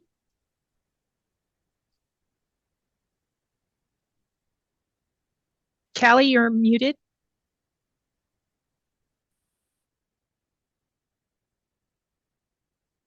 Thank you. Sorry, some buttons work better than others. Thank you for your message, Cam. Our congregation has worked in terms of many years ago. We had a service with all the churches in the area, but some of them are not affirming, and we do not have people in our church generally like rental or worshiping with us who aren't affirming. So do people screen themselves out if, for example, we would invite all the churches for a common service? How does that work? Well, I mean, there's where our stories and our prayers and our need for discernment and our need for building connectional relationships of trust. The more that we know one another, the more that we are connected to one another. So the more often one community is praying for another, the more often one community is inviting another to speak a little bit more, we can learn where we have these potential points of connection for one another, and the networks and the possibilities that exist within our region to help us get to know each other as best as we can. So it's not an easy question, but certainly I know that these are some of the things that some of the aforementioned supports, both regional and general council, can chat through with you folks. And as you enter into conversations and discernment about how are we gonna approach this, they'd love to work with you. Thank you, Callie, for the question, and thanks, Cam, for your answers. Executive Minister Mark Laird. Hi, folks. Thanks. Executive Minister Mark Laird, he, him pronouns. So I don't have a question for you, Cam. I didn't want to make you nervous when you saw my hand up. I wanted to just, I thought I could add a little bit to maybe what Sean's question was, we already have some dates planned for the executive members and all of our commission members, so from the congregational support, human resources, and discipleship and justice, and the executive, to have some dates to continue this conversation in January. And then as part of those conversations coming out of it will be what are ways we want to engage the communities of faith in the regional council moving forward. Because as Cam said, this is an entire United Church piece, which also means it's not an executive minister. Well, we're going to do this, and this is how we'll engage people. We need the leadership of our commissions and of our executive to help us frame how we do want to move forward and in what ways. And so I would imagine that somewhat early on into the new year, remembering and giving grace to the fact that I work for 3 regional councils, so we're doing all of this 3 times. I've heard Cam's presentation and could probably do it not as well as him, but I know quite a bit of it. So with some grace to know that the staff is working in that model, where everything we do, we have to do in triplicate. Please know that for everyone here, we already have dates picked to start the conversation in January of what is next. How do we want to engage communities of faith? Some simple examples, which I'm not saying this is what we're going to do, but I know other regional councils, instead of just having a meeting where they were inviting regional reps and clergy to come, they had a meeting where they were inviting all the chairs of the boards for every council to come, or inviting the governing bodies of congregations to come to have a chance to share information, ask questions, and do that sort of thing. So it just wanted to make sure people know it's in the works. We've already sent out the dates for those that leadership group in the regional council to start doing next step thinking.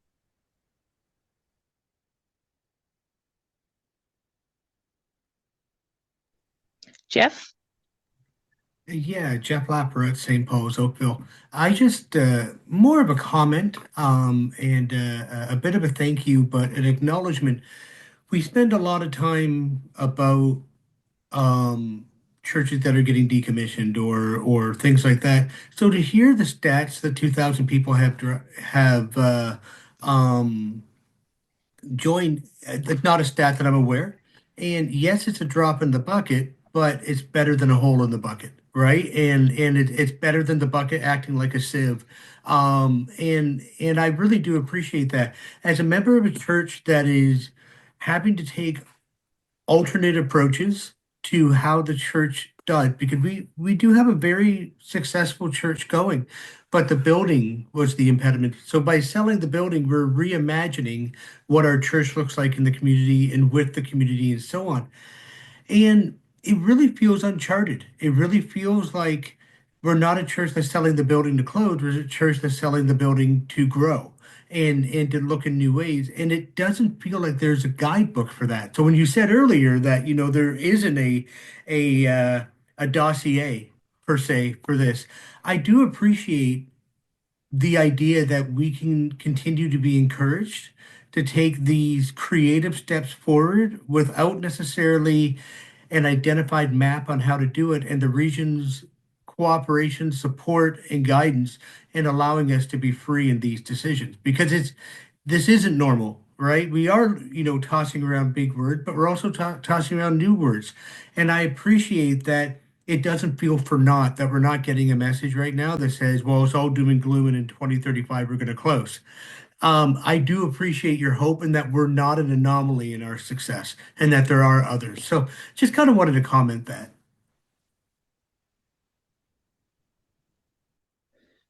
Thank you very much. Thanks, Jeff. Doug? Yeah, I really enjoyed the presentation and put new thoughts in my head. I'm questioning getting the people in an individual region together. I made up 2 lists. I would see more likely common community challenges and opportunities among Hamilton, Windsor, Kingston, London, Ottawa, Brampton, Winnipeg, and Halifax together than Smithville, Chatham, Owen Sound, and Moose Jaw, those being another group, so that if we only get to, if Hamilton only gets to talk to Moose Jaw, which has, I'm trying to be a Saskatchewan guy here. But you're from here, so yeah. If Hamilton and Smithville try to look for common ground or things that are issues in the community, it's less likely that we'll have common challenges than Hamilton will have with, say, Windsor or Halifax. And is there any notion, or we got a whole bunch of money, I heard that, somehow getting together people from like communities? We could learn something from Bedford, Nova Scotia, a close part of Halifax, that might have worked for them in terms of community needs or assessing community needs or providing programming that appeals to the community or serves its needs. I'll go back to you, Cam, because I've run out of things to say, but I hope I've asked my question. Thanks so much, Doug. I think it's a beautiful expression of like the connectional vision, that we are across the way and that we have the capacity through our increased relationships to learn from folks around something. The beautiful thing that's happened in Broadview Magazine is the profiling of flourishing churches that have happened. Bedford, Nova Scotia being one of them. And one of the things that we are hearing as we are talking with staff spread across the country and as regions are intentionally collaborating with one another to take the lessons from one space to do another space. And so how we work that in to the planning ahead, that's great. Doug, great to hear that there's an eagerness for that. And I know that y'all have a thing, the next thing to do. I'm going to put into the chat just as a closing word. One thing, there's both my email address. I'm always happy to continue conversations, but also wanted to put in there a kind of a bit of a teaser. I mentioned the congregational resource to come, and one piece that is in there is a prayer for communities of faith within the United Church of Canada. And you may be thinking, hey, Mark said that in the new year there's going to be these things happening, there's this thing coming, but hey, I want to do something now, I want to do something tomorrow. 32-year-old me was a little bit cynical about prayer and its role in work. And 46-year-old me is convinced that if not rooted in prayer and in listening, that which we seek to do, that we will not find what we need to live into the future that we believe we are called into without there. So if you're like, I want to do something now, I'm not up for waiting, pray and invite your communities and the communities you're around in prayer. And so I'm going to drop that in there as a thing to do. And with my deep thanks to President Sula, to Mark, and to all the staff team, and to all the commissioners here, thank you so much for having me, and deep blessings to you all. And deep thanks for who Horseshoe Falls and its preceding presbyteries and conferences have been in my life. Thank you. On behalf of everyone here, Cam, we have really enjoyed meeting you and interacting with you this morning. Thank you so much. And 1 minute early, we're still early. We're moving into our Congregation Support Commission. So I'd invite Sean and Jane to take that and lead us into this commission report. Thank you, President Sula. I don't believe Jane will be joining me in the presenting of the material, but I know she's in attendance at the meeting, as well as always present in spirit. There she is. Okay. So good morning. My name is Sean Bush. My pronouns are he, him. I am the co-chair of the Congregational Support Commission, together with the Reverend Jane Capstick, who is here. My home church is in Christ First in Mississauga. I'll pause for a moment. Jane would like to introduce herself. Good morning, everyone. My pronouns are she, her, and I am with the Congregation of Trinity United Church in Beamsville. And yeah, we're excited to be a part of getting you to talk a little bit more. So, yeah, how lucky are we to be sharing this space and ideas together today? It's a privilege to present the Congregational Support Commission's update to you this morning. You can read the role of the Congregational Support Commission in your meeting handbook, and which is to carry the primary responsibility for the relationship between communities of faith and the region in matters other than the pastoral relationship. Some examples of those, of course, include property, finance, overall health and life cycle of the community. Our report today can stand on its own, but I'd like to draw your attention to the increasing number of collaborations within Horseshoe Falls. For several years now, the CSC has been actively encouraging collaborations between communities of faith. We're seeing more of this coming to fruition. It's a continuing priority of the CSC, and we will be expanding our encouragement of communities of faith to collaborate and share their abundance for mutual and community benefits. I'm sure you can imagine from our presentation, from Cam's presentation, the opportunities that might arise in that path. So resources, specifically buildings. Our buildings are our home. It's where we worship, where we sing, where we laugh, where we eat, play, discuss the Bible, and share with fellow Christians. If we're lucky, maybe it's where we also grew up or where we met our first friends. Memory can be a beautiful friend that comes with its own needs. Buildings are also our instruments. They're entrusted to us, as are all of our resources, to be enjoyed in the service of discipleship and of mission for the whole church, as well as our local communities. They're all intended to be instruments of deep spirituality, bold discipleship, and daring justice. So I would like to share a couple of thoughts. I'll put this on screen. Yeah. So when we think about how this relates to our essence and our life in Christ, think about these as if you were saying them yourself. Our vision is our home, and our home should have many mansions to shelter our wild divinity. Let the beauty we love be what we do. There are hundreds of ways to kneel and kiss the ground. So this morning, we'd like to take a moment for further sharing. We'd like to take a moment to share about how each of our communities is using our buildings in the service of mission and discipleship, whether that be on your own or in collaboration with other communities of faith. So in a moment, our tech team is going to be presenting on screen the names of several breakout groups for you to self-select.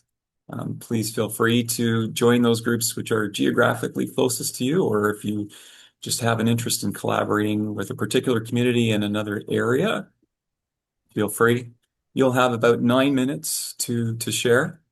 After sharing in the small group, we'll rejoin this main meeting, and then we'll encourage you to share via the chat some of the things that were revealed in your small group discussion.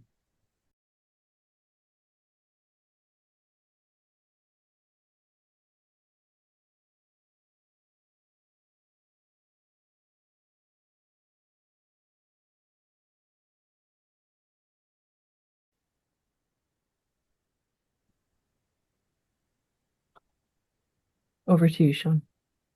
Oh, thank you, Michelle. Welcome back. I hope everyone's group had a lively discussion, as ours did.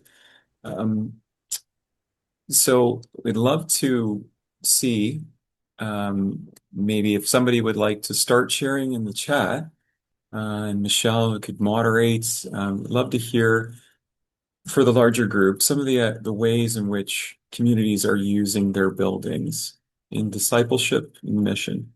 So, and Michelle's going to pull out things to highlight. So fill it up with things that your church is doing. Great. Okay, Richard Bott said, Food for Life. Each week we've got folks from the community connecting for food support. Steve Loudon, foreign workers renting for worship and other activities. Kate Young, Georgetown churches, 4 of them, share worship together several times during the year. Gary Van Brookham, Fenwick United Church is renting to another congregation which worships twice on Sunday, also to a Montessori school. Irene Tai, Neighborhood Center renting for seniors group and a knitting group. Warner Bloomfield, Grace United in Dunville is currently leasing space to an adult learning program and is about to rent space for a new childcare program. Richard Bott, Elf Network. The mitten tree fell over because it was so heavily laden with warm clothing. Adorable. Yvonne Wright, community choirs use it for practice. Heather King, Camp Ryerson staff uses Woodhouse United for worship activities during the summer camp season. George McCouche, New Vision, a food share program during the week. Capstick, leasing space to the Islamic community and have shared together in community events. Chris says Westdale United has shared summer services with 2 local Protestant churches in Westdale since 1936. Debbie McMillan, Community Pantry is run by community volunteers now, 18-year relationship with Muslim community in our building. Martama, congregation rents 2 times a month, knitting group, all welcome, and band practices. Kaylee Archer, East Plains rents to Burlington Symphony and Southern Ontario Lyrical Orchestra, and they also have a child care center.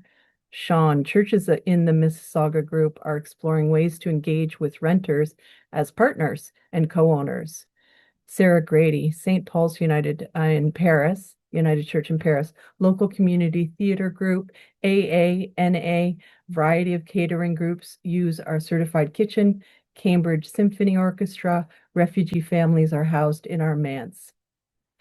Sue Webb, scouting groups use our space 2 nights a week, and we have a food pantry. Yvonne Wright, space is rented for a cooking program led by the community leader. Deborah Laforette, this question focuses on buildings and what we are doing with them. The church I serve has sold its building, and we're dreaming and imagining how we engage with our community wherever that might take us. Wonderful.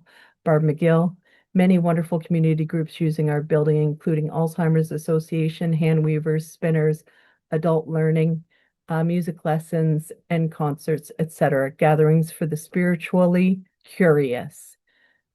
Trillium St. Catherine's. Richard Bott, line dancing and chair yoga, connects with community for moving our bodies as it supports our outreach ministries. Donna Lee Williams, share space with a Presbyterian church, a driving school, a community choir, speech services, children, and more, including pickleball, my favorite.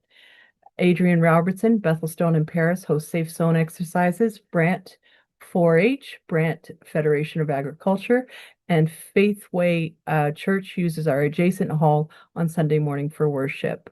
Mike Hyatt, St. Andrews Brantford's Soup for the Soul serves about 3,000 meals per month to the needy. That's amazing. The Margot's Place program provides support to young mothers and their children. Chair A&B Wanda. At Neil Memorial in Port Rowan, we are actively seeking some funding to make our building accessible and remove barriers to entering and navigating around in our spaces. We offer a deeply affordable space for groups like AA, Al-Anon, a weight loss group, and our local Heritage Association. Shout out to Sue Starling, who is online with us today and who is actively leading our accessibility committee to help get the funding secured so we can use our building for more outreach in our community. I think I'll stop there, Sean.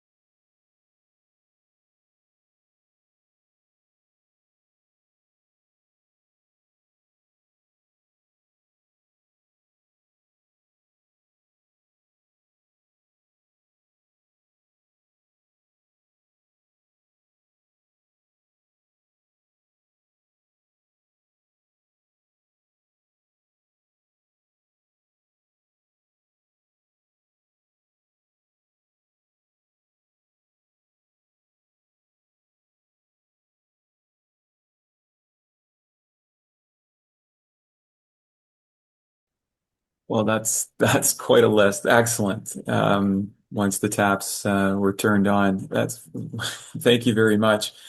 There are there's some clear patterns there, and as we can see, our buildings can be an extremely rich source of mission, outreach, and connection.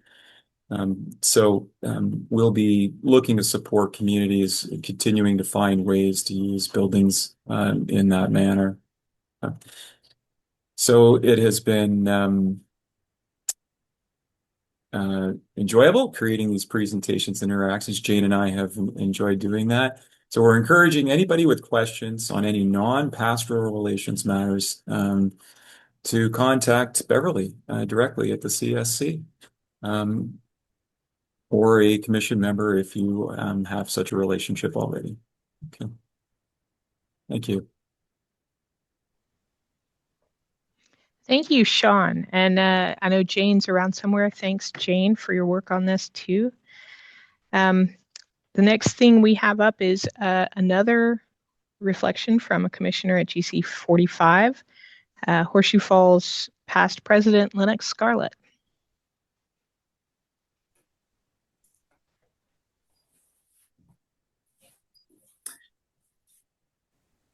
Good afternoon, friends. I too have the privilege of sharing representing the region and sharing at the GC 45 recently in Calgary. I never had a conversation with Cam because some of the figures that he shared, in fact, the details and the information he shared, were going to be some of the things I would have been talking about in terms of my own experience. For me, it wasn't that the numbers weren't there. In fact, we knew that there was a descent. I would call it a free fall with our church in terms of numbers for some time. And I know Cam said we shouldn't be bemoaning numbers and what the state is. But for me, it is becoming aware of where we are. And it's perhaps a time to become not just aware, but to pay attention that there are a number of our communities of faith that are no longer existing, and that there are some serious challenges to maintaining that space. Now, it was interesting that we just saw the number of places that are opening their spaces for interactions with the community. And perhaps a question that could easily come to mind is, how are those buildings and the people, well, more people, how is that being translated into engagement on a Sunday or when the church actually meets? Because it's great to have the community engaged in the use of buildings, because the truth is that building could be a community center. You could easily remove the church and make it a community center, and the engagement would still be the same. The question is, how do we now translate that into engagement where the church is actually engaging people on a Sunday, on a Saturday, becoming part of a church groups? And maybe that's a question for another time. One important cohort, I think, Cam didn't look at here, but did spend some time at the GC 45, was the presence of our children. And children is a important cohort in the life of a church. Children and young people, they are important cohort. Now, in 1992, there were over 324,000 children with our church. And in 2023, that number fell to 110,000.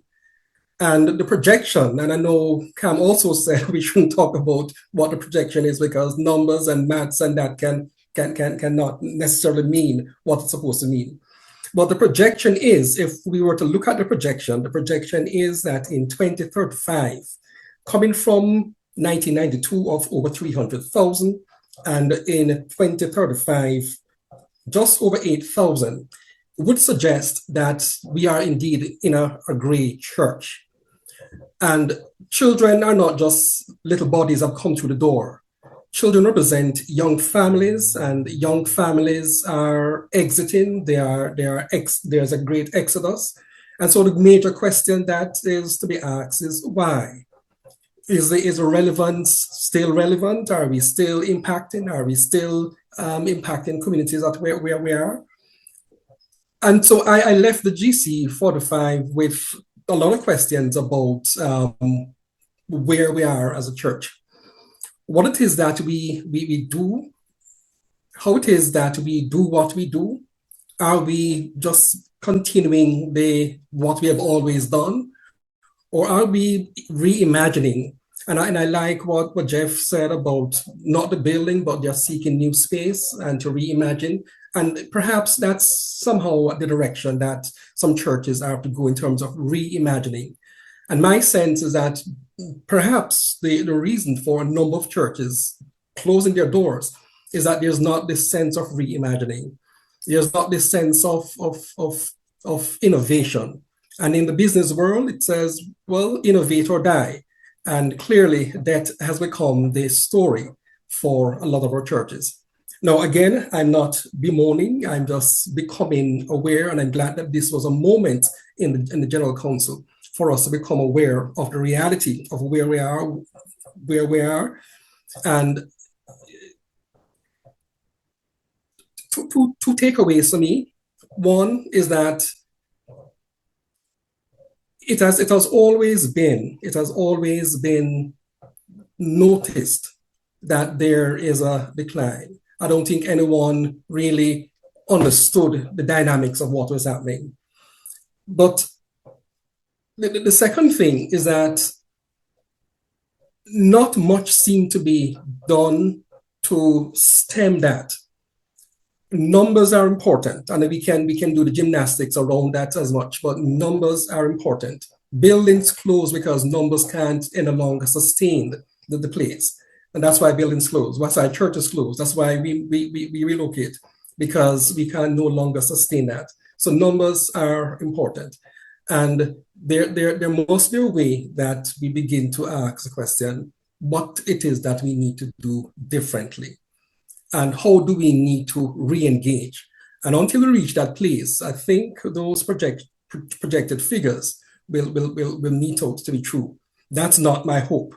And certainly that's not the hope of anyone sitting around this meeting today. It is our hope that the future be one that there be more of the good news story. And Cam did share some of the good news story, that out of the 1,900 pastoral charges that now exist, there are over 200 reporting increase in membership. There are over 600 reported increases in worship attendance. There are over nearly 200 increase baptism that took place in 2023, and over 1,000 persons have joined the denomination in that space of time as well. But two things before we close. One is that, again, numbers can do what we want it to do. The church has over 1,900 congregations, pastoral charges, and you could easily find that in one place, in a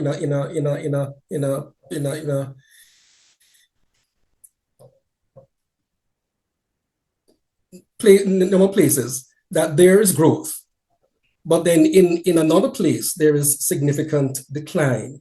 And you can say, well, we're actually receiving 2,000 people, but that is in one block of area, while in another block of area, there is significant decline. So again, the numbers can tell us what we want to hear.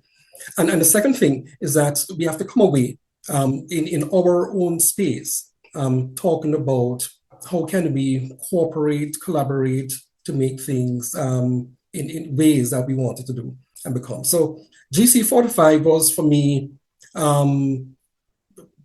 there were many pivot points, but for me, the important pivot point, an important session for me was the one done by Cam. And today again was also very insightful and useful. Thank you for that. And thank you for reflecting and lifting up the points of hope that you see in that. That is, as Cam said, the places where we must fix our vision is on what brings us hope and not what frightens us. So in that spirit, now we're going to hear a message from Brenna Baker about stewardship. Hello, Horseshoe Falls Regional Council. My name is Brenna Baker. I am your Community of Faith Stewardship Support Staff deployed to work with our 3 Southwest Ontario regions. In my portfolio is General Stewardship Ministry, talking about generosity with congregations and especially growing generosity. I also serve as a bit of a liaison to mission and service, providing resources and ideas for strengthening the givings to mission and service in your community of faith. And I also help congregations plan and deliver a legacy giving program, which is what I would like to talk with you about today. And just as I begin here, I'm going to ask you to take a moment and consider, when have you been the recipient of generosity? I think in the world of church, we often think about what we have to give, which is wonderful and of course what we're called to. But just as we begin today, I want to invite you to just maybe make a note or think to yourself about when you have been the recipient of generosity. And I ask this question because we are going to be discussing why you need a planned giving program. But as I talk about planned giving today, I just want to remind us all that we are here because of the generosity of those who have come before us in our local communities of faith, all those who planned and dreamed and gave of themselves, and certainly within our wider denomination as we celebrate this centennial year. So, I want to start with a bit of a parable that I have heard attributed to many different cultures, and maybe it's a bit universal in that way. But the parable goes like this: if you need shade, the best time to have planted a tree was 10 years ago. The next best time is today. Planned giving allows for shade, not right away, immediately, but in the long term. And so at the beginning, I want to address some misconceptions that we often hear about planned or legacy or bequest giving. Often those 3 words are used interchangeably. The first misconception is that you have to be very wealthy to give a planned or legacy gift. So that's something I'll be addressing. But we kind of hold this idea that legacy giving is for the ultra wealthy amongst us.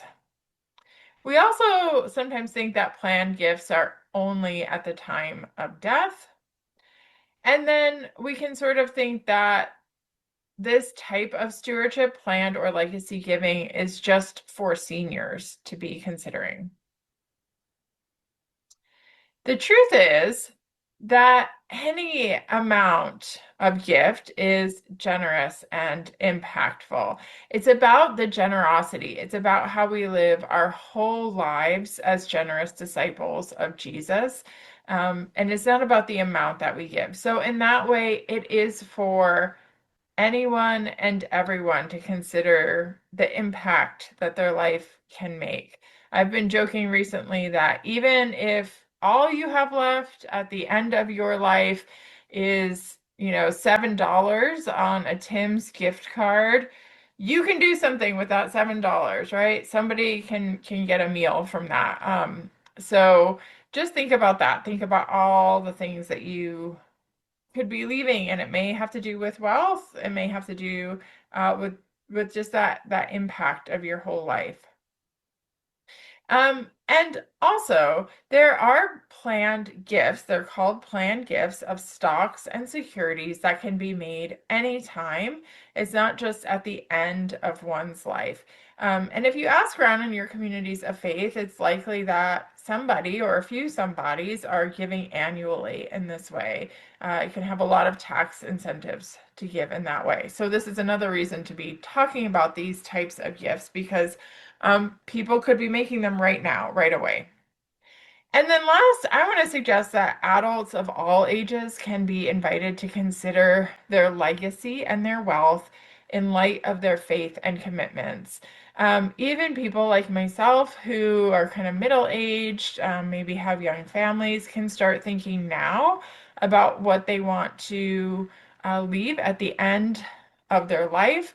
Also, there are many people who are expecting to receive some amount of inheritance, maybe just a few $1,000s, maybe a lot more than that.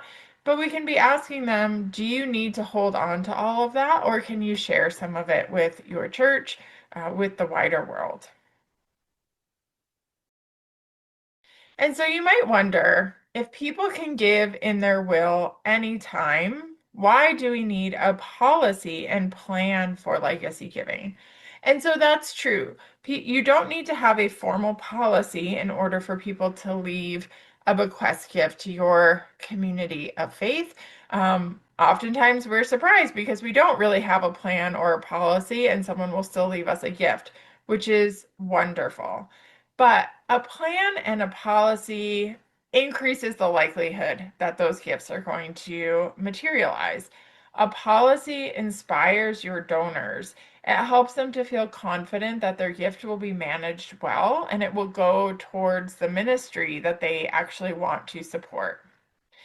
And a policy helps your leaders build relationships with your donors and plan for the future by inviting people to consider a gift in meaningful and appropriate ways. And then last, a policy ensures that your donors are thanked. So think of those, if you ever have received a surprise legacy gift from somebody, maybe you knew them, maybe you didn't, but imagine if you could thank them in person while they were still alive, rather than only being able to thank their family after the fact. A policy helps make that possible and make sure that your church is thanking its donors. Maybe not in a big public way, but just that somebody on that small team is able to look somebody in the eye and say, your gift is going to make a difference. We are so grateful for you. And so just some examples here of what a planned gift can support. It could support important capital expenses that increase hospitality and inclusivity. It might support children and youth ministry. It might support outreach initiatives, local outreach initiatives, serving your neighbors. Maybe new technology. This is a growing area that we're seeing as we understand that technology in congregations is not going anywhere. And so a lot of planned gifts these days are going towards technology growth and updates. Mission and service, of course, and you can leave a gift that's a blend of things or goes towards multiple things, but mission and service are shared. Denominational ministry, of course, is a great place to leave a legacy gift. And then you could create or contribute to an endowment fund that gives back to the community of faith in an ongoing way. And so I want you to know that we can help with setting this up. It can be, I will be honest, a little bit complex and time consuming to set up a planned giving program. Once it's done, it usually kind of tends itself, at least for a few years, with a team in place and people to manage it. But we have a bequest and estate giving course that we call on demand, meaning you can work through some videos and some readings with folks from your congregation. And usually it takes a couple hours. You just gather around a laptop, watch everything, talk about it, and then you can meet with me and we can plan next steps. And right now during this centennial year, this course is free. It's available on ChurchX, or contact me and I'll make sure that you have the link for it. And also just generally talking about stewardship, we really encourage you, if you haven't done so already, to attend a Getting Started in Stewardship session. The next one will be offered on January 26th at either 4 or 6:30 p.m. This goes over all of our basics of stewardship and helps you understand the next steps to take. This is really the foundational course, whether you go on to take setting up your giving program or bequest and estate giving. It's the foundations of all those types of philanthropy, generosity, and stewardship. You can do this one by yourself. You could bring a team with you, but it's free. This one is also free, so please take advantage of that. I hope to see many Horseshoe Falls folks in the next Getting Started session.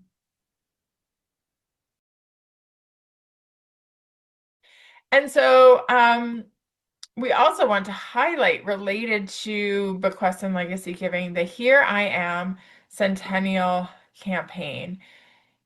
So the United Church of Canada Foundation during this centennial time is offering a program called Here I Am. Basically, this builds on the bequest and legacy resources we already have to give you some more support and some folks to chat with across the country who are setting this up in their congregations. The goal is to have $25 million in legacy gifts committed by the end of the campaign, with 80% being designated to local congregations. So this is for strengthening your local ministry. This program, the website, has everything you need to train volunteers, including scripts and letters and kind of what to do if somebody says no, those sorts of things. Everything you need to promote your program in the congregation, to help folks understand how their gift will ensure vibrant future ministry. And then, as I said, you might connect with other communities promoting a program. I'm going to stop sharing, and I have to reshare for sound for, I think, my next slide, which is a video. But again, just to say, here I am through the United Church Foundation. This is something that might not come around again for another 100 years. It's a really valuable resource that we have right now, with lots of materials, print materials as well, that I know people often ask me for. Those are available to help people understand what a legacy gift is, what it does, how it's a part of our faith, most importantly, how it's a part of our faith. So I'm going to keep going here. I think I have a video next. Let's see. Oh, I did have a webinar about this program. The recording link will be in the newsletter for Horseshoe Falls region. So it's over now, but you can watch the recording if you want to learn more. Okay, so here's a little bit more about it.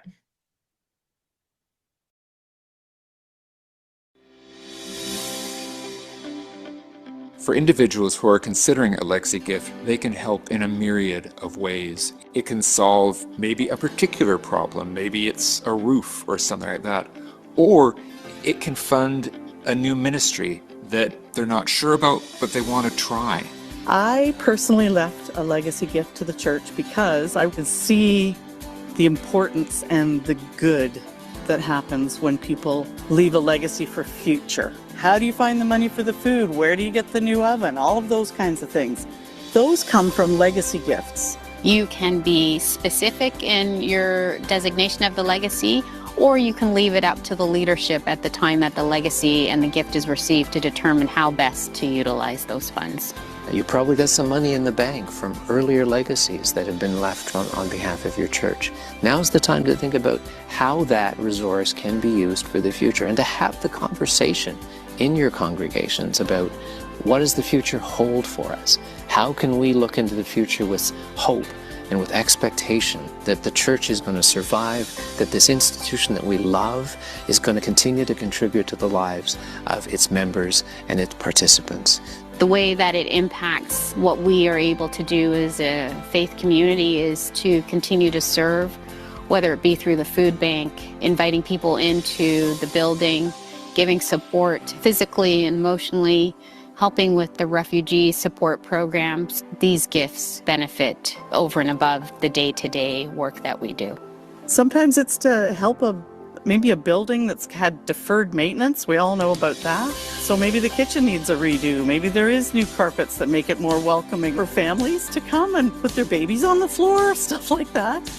I want to be part of that, and it's been really important for me to know that that little piece of me is going to be left. This is an exciting time to be part of this campaign. Your gifts will make a huge impact all together in what we are called to do.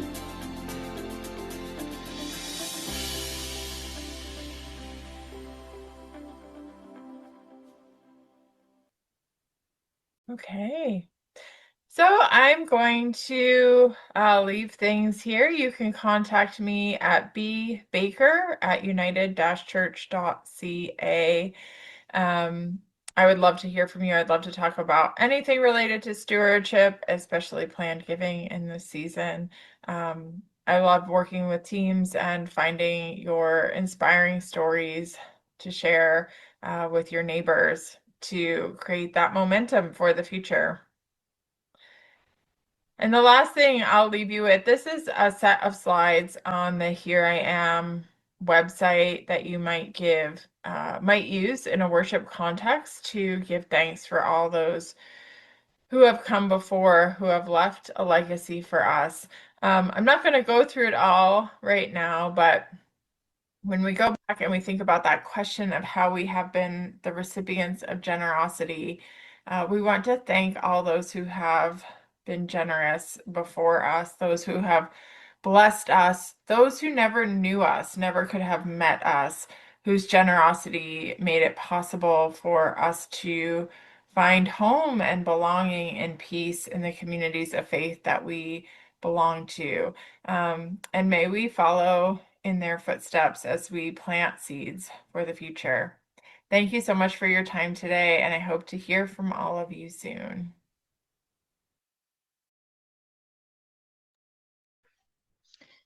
And our thanks to Brenna for that presentation about stewardship. I see that Sean has a hand up. No, Sean doesn't have a hand up. Okay. Just one quick reminder and a little bit of an explanation. We would continue to ask people not to post things in the general chat.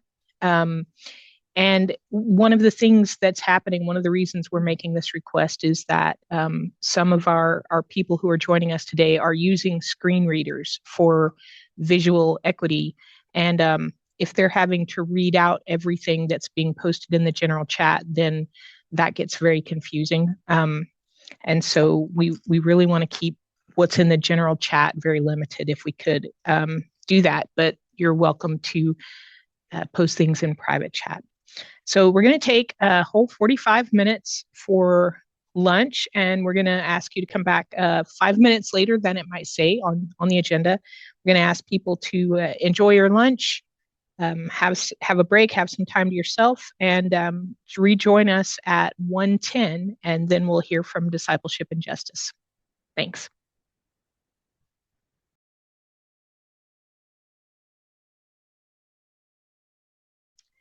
Friends, welcome back. I hope everybody enjoyed your lunch and a chance to get up and walk around and move a little bit. We are into our home stretch now. And the next thing that we'll be noting is our save the date. I've been failing to mention our save the date for last night and our morning so far. And that is for our spring regional council meeting. And that date is June 26 to 28. And it will be in person. And it will be, we have a venue in London, right? It's a joint meeting with Antler Rivers Watershed. And we will have, I'm told we will have the moderator present with us at the spring meeting. So definitely want to be sure to come there. And the other thing that I just want to remind us and draw our attention to is that the faces and the names that you see here, this is the region. The region isn't mysterious. It's each of you. It's all of you. And so we can do our best work when we do it together. So I hope that I will see all of you in person in the spring. And now we move on into our report from our third commission from Discipleship and Justice. I'm going to share a little bit about what they do. They do not have a chair at present, but they are still doing their work. The biggest part of the role of Discipleship and Justice is to support and encourage and facilitate growth in faith formation and First Third ministries, Bible schools, camps, Sunday schools, youth events across the tri-regional area, and then also social justice events. There are several events in the year, and what they do also is each fall, the Discipleship and Justice Commissioners receive the applications for mission support grants. And they spend a lot of time in October, usually throughout the month of October, maybe into early November, awarding those mission support grants in order to support new ministries, growing ministries, sustain ministries that are doing well. And so that's really a lot of what they do is supporting growth and ministry and faith formation and justice. So we have videos to share with you from a few of the mission support grant recipients who are going to share the work that they've been able to do, the ministry that they've been able to grow through the grant money that has been awarded by your Discipleship and Justice Commissioners. And also, I encourage everybody to read the report that they did submit for the workbook. And so with that, we can share our videos from our grant recipients.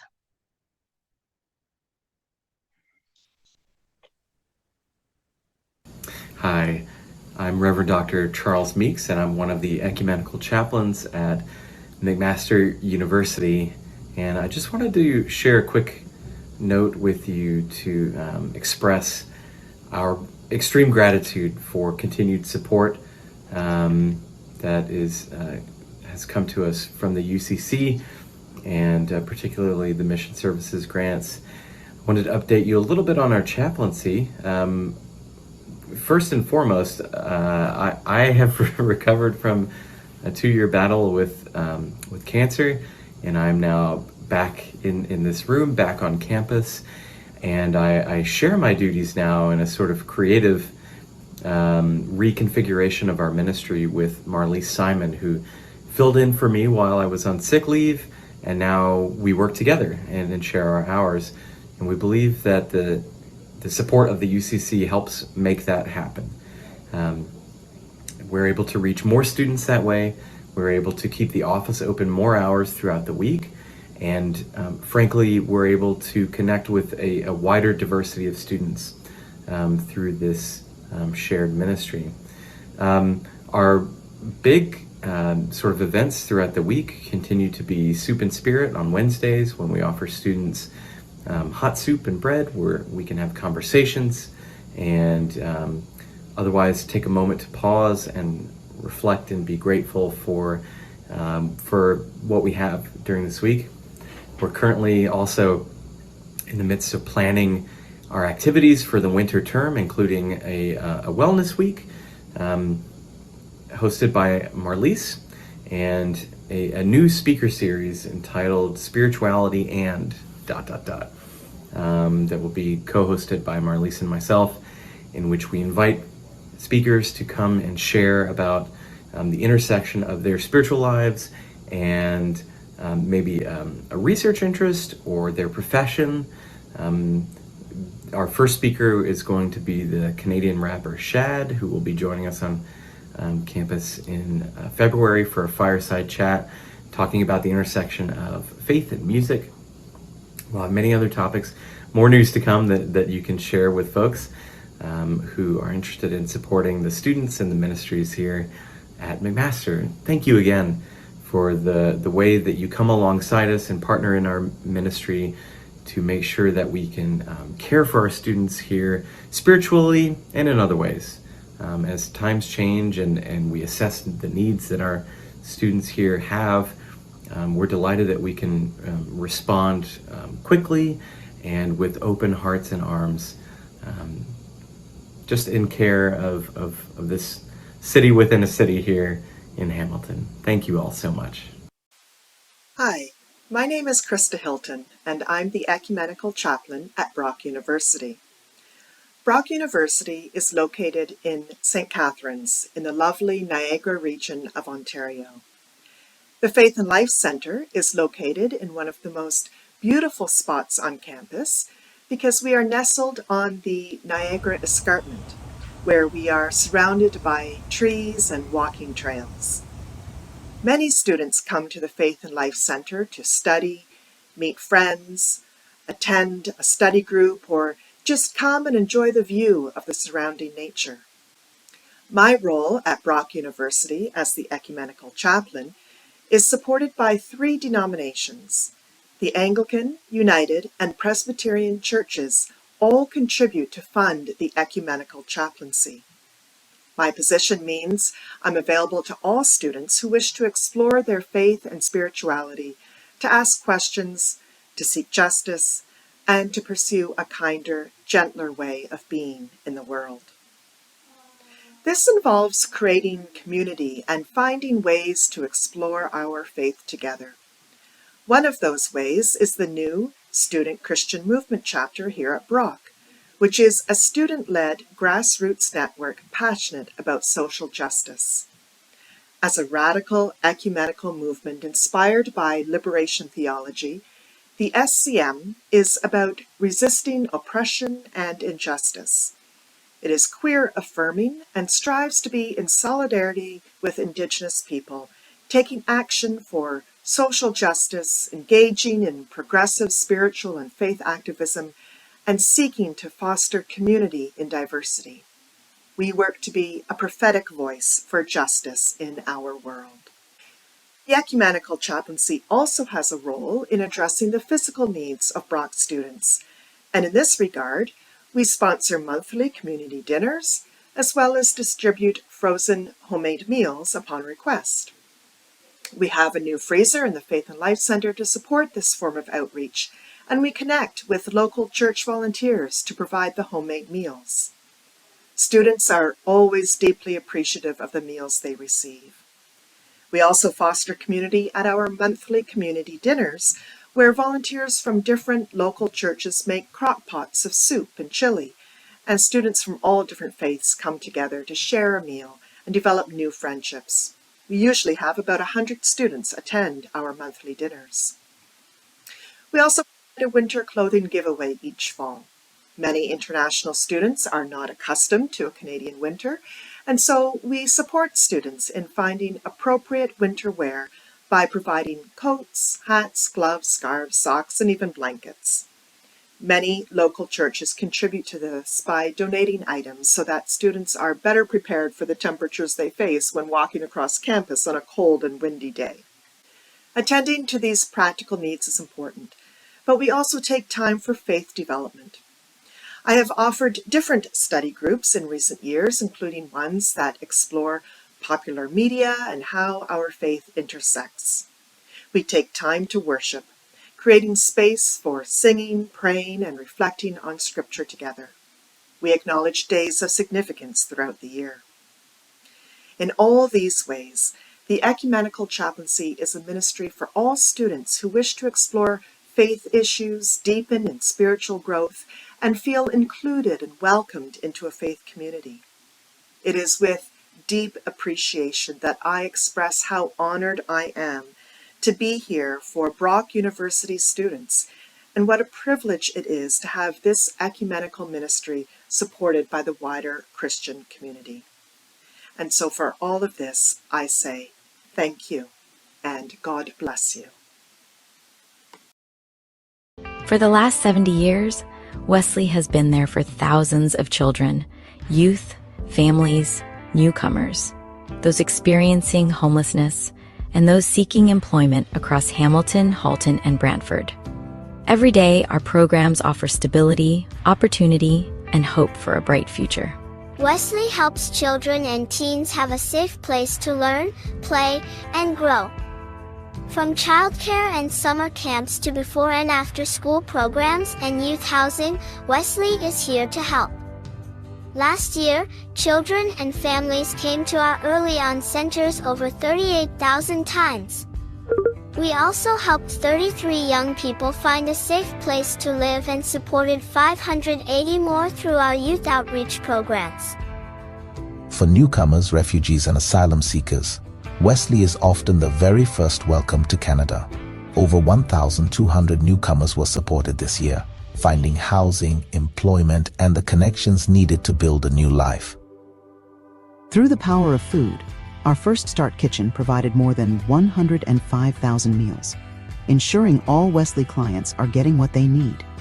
Thanks to the generosity of our donors, we are on our way to expanding catering services to external organizations as well. We've also walked alongside individuals and families facing homelessness. Through housing programs and outreach in Hamilton and Halton, Wesley helped hundreds of people find stability, prevent evictions, secure a safe place to call home, and access essential services like mental health and addiction support. This year, members of the United Church generously donated to our Special Care Unit, SCU for short, the only transitional residential program in Hamilton, supporting individuals experiencing chronic homelessness, substance use, and mental health challenges.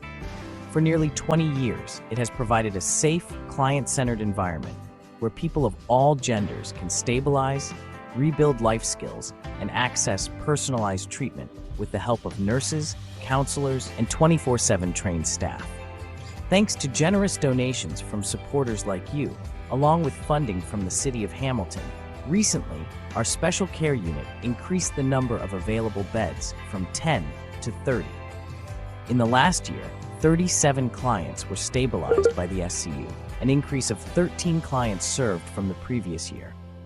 At the SCU, clients' lives are improved by decreased isolation, increased wellness, routine access to primary care, decreased hospital visits, a place for waiting for long-term care or specialized beds, and a hospice with medical care, surrounded by support.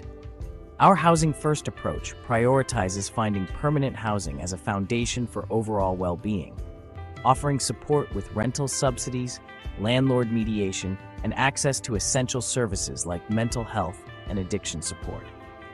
After their stay at the SCU, some clients are independently housed, and some even move in with family after working to improve relationships.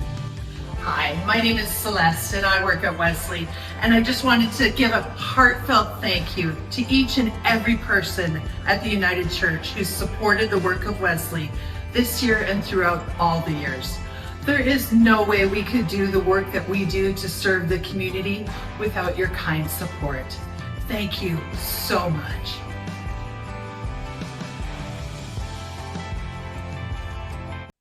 All right, and we're going to move on now to our proposal, number 3. Mark. Thanks, President Sula. It's Executive Minister Mark speaking now. And so I'm going to be helping us through some of the next sessions with a little bit of a break in between. So we are going to be looking at, we have 3 proposals that will be coming to the Regional Council for your decision making. We are going to be starting with proposal number 3, which is First Thirds Ministry Grant. This proposal is found on page 29 of your workbook, and there are some slides that will also have it here that we're going through. So it is proposal 3, First Third Ministry Grant. What is the issue? When congregations disband and sell their property, a portion of the proceeds come to the Regional Council to be used to enable it to provide ongoing support and resources to communities of faith, or COF, and for new church development. The issue is that this statement is vague enough to be able to do a lot of things, but it is also vague enough that it can become challenging to act upon it. So what might Horseshoe Falls Regional Council do? So the Regional Council might create the following fund, setting it up with a transfer of $200,000 from the property fund, that fund being titled the First Thirds Ministry Fund. Before I continue, and you can leave it on this slide, John, First Thirds Ministry, if that is not a term that you are familiar with yet, it is a term that is used now to refer to people who are in the first third of their life. So it includes children, youth, young adults, generally speaking to 30 to mid 30-ish. So part of the terms of reference of this fund that could be set up would be that available funds per year would be a maximum of $40,000 that could be granted out any year, with a total maximum of $10,000 granted per application program. When new money comes into the property fund, the executive, in consultation with the Discipleship and Justice Commission, would assess if funds need to be added to the First Thirds Ministry Fund. So the granting body and oversight, the suggestion of this proposal is that the Horseshoe Falls Regional Council Discipleship and Justice Commission, that the Discipleship and Justice Commission would then also report annually to the Regional Council on how the funds have supported community of faith First Third initiatives. So the criteria that would enable someone to apply for this grant could be that it is for ministry or programs with children, youth, or young adults up to 30-ish years of age.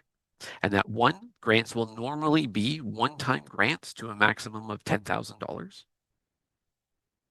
2, grants in excess of this amount or for a multi-year project will require the applicant to meet with the Discipleship and Justice Commission. 3, future grants for the same program or application are not guaranteed to be at the same level as past grants. And 4, so here are some examples, but by no means is it a limitation, just thought to get people's mind started for what this grant could be possibly used for. Money to help run a vacation Bible school, assistance for funding of a new position for a church or collection of churches who is working in First Thirds ministry. A grant to help with food cost for a year for a First Thirds program. Funding to help put on a one-time event for children, youth, or young adults. Funding to put on a training event for First Thirds ministry leadership for multiple communities of faith. Or funding to help send First Thirds participants to experience wider United Church of Canada events. So the suggested procedure could be that applications would be completed on our website. An application form for any grant that is approved by the Regional Council would be set up. The application forms obviously will be asking for different information. It is not up to the Regional Council now to decide what information should go in. That would be a decision of the Discipleship and Justice Commission for them to know what kind of information do they need in order to be able to make informed decisions, to be able to most dutifully share the money with those who need it. So the procedure would be you apply online, and then it would be submitted to the Horseshoe Falls Regional Council Discipleship and Justice Commission for their approval. Before we get to questions for clarification, President Sula, I had a couple things, if it's okay, to just comment on. Because this is a proposal coming from myself in consultation with the executive.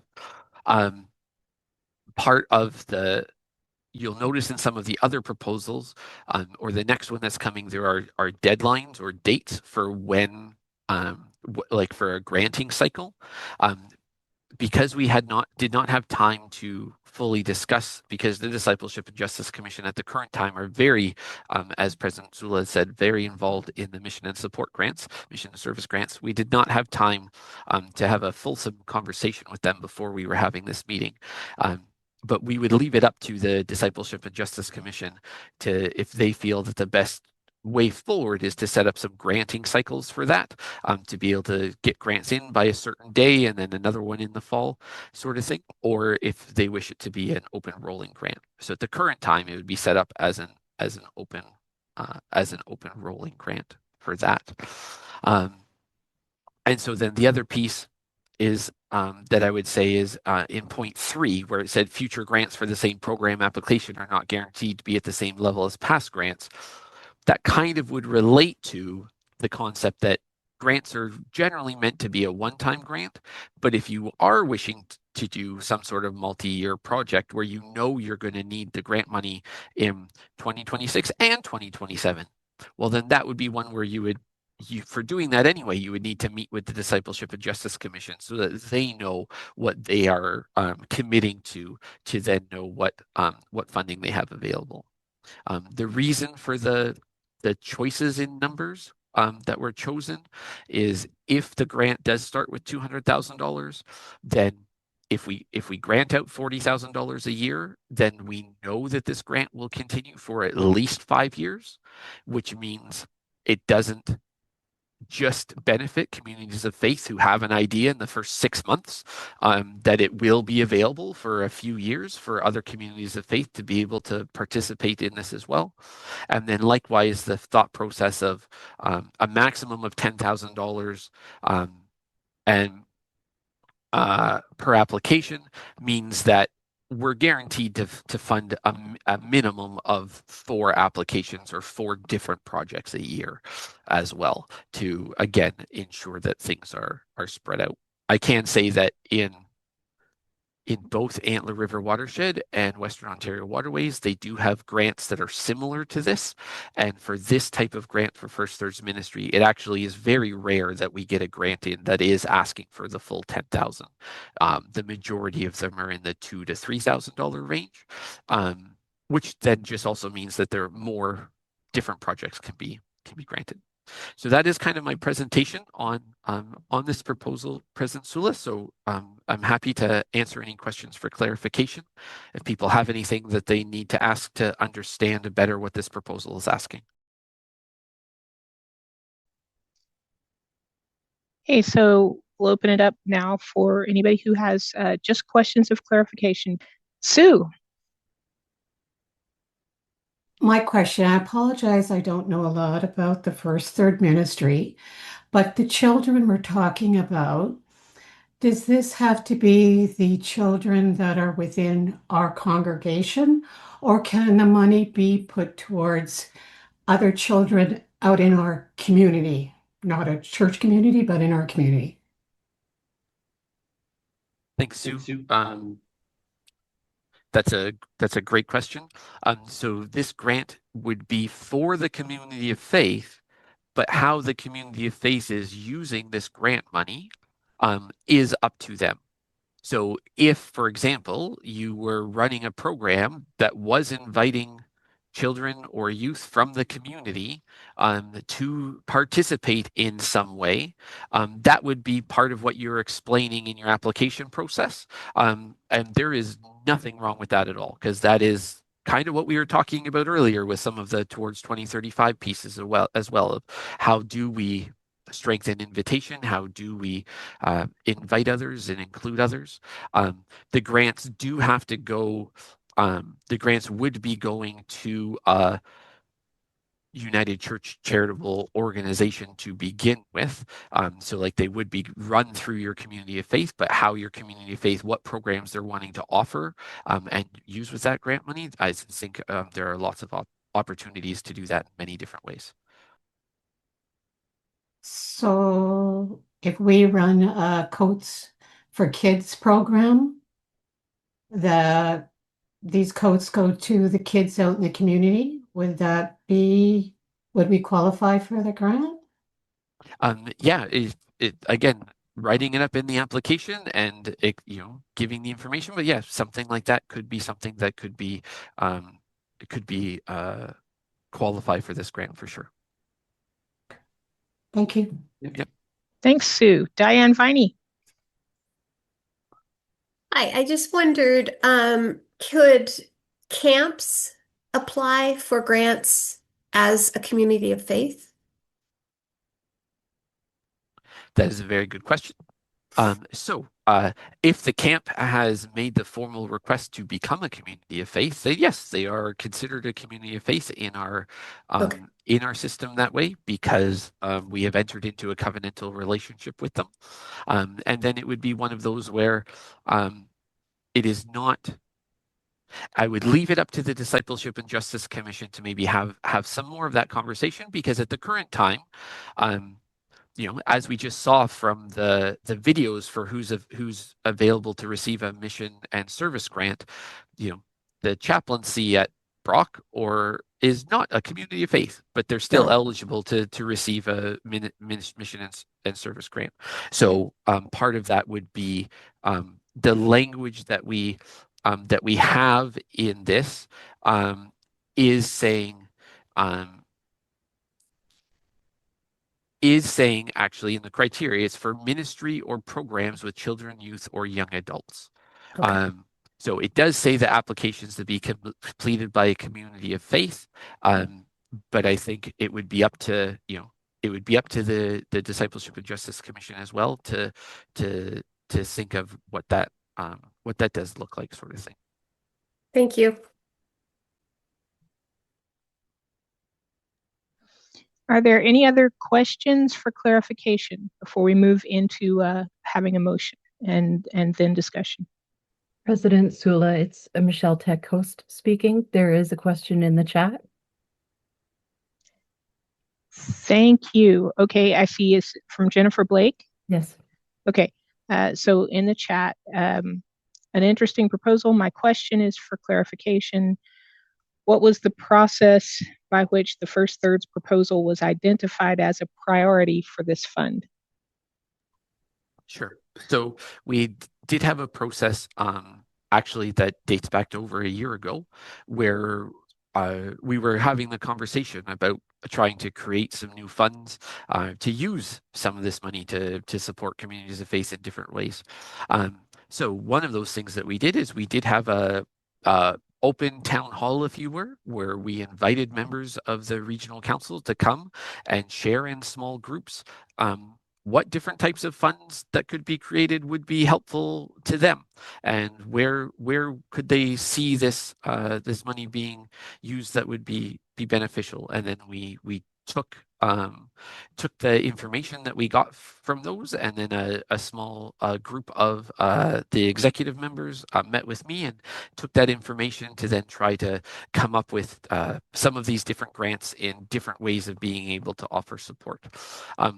It does also come and is in a lot of ways beneficial that a large focus of what we heard about from Towards 2035 as well, a large focus of that initiative is focused on First Third's ministry. And I do believe, as well as the regional council, in how Discipleship and Justice does grant out their mission and service grants, also I believe do have they don't call it ministry with First Thirds, because that's a somewhat newer term for us here in Southern Ontario, but they do have ministry like this as one of their priorities for for how they're doing granting. But it came from a consultation process, and then just so happens as well that with this new with the ideas behind Towards 2035, it seems to really fit under that umbrella as well. Hey, thank you for those questions, and thanks, Mark, for answering those. Wait just another second. I don't see any more hands, and I don't see any more questions. So with that, I will ask if there are any changes or additions to the proposal that the regional council would like to add before we move to a vote or before we move to a discussion.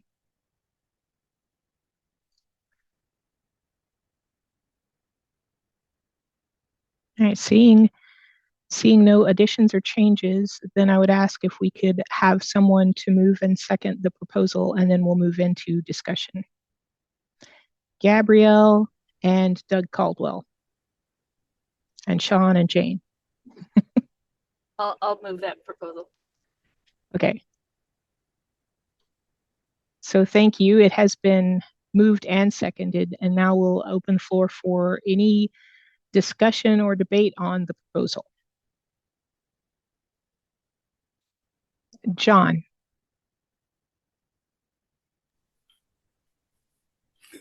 Yes, I've been involved with this stuff for years, and one of the problems we have faced is ongoing grants.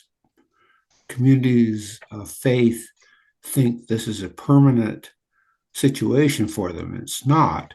So this way that you have proposed the first year of grant and then let a commission see if it goes longer for a short period of time is a good way to go. I support that. So this is a good proposal from my point of view. Thank you.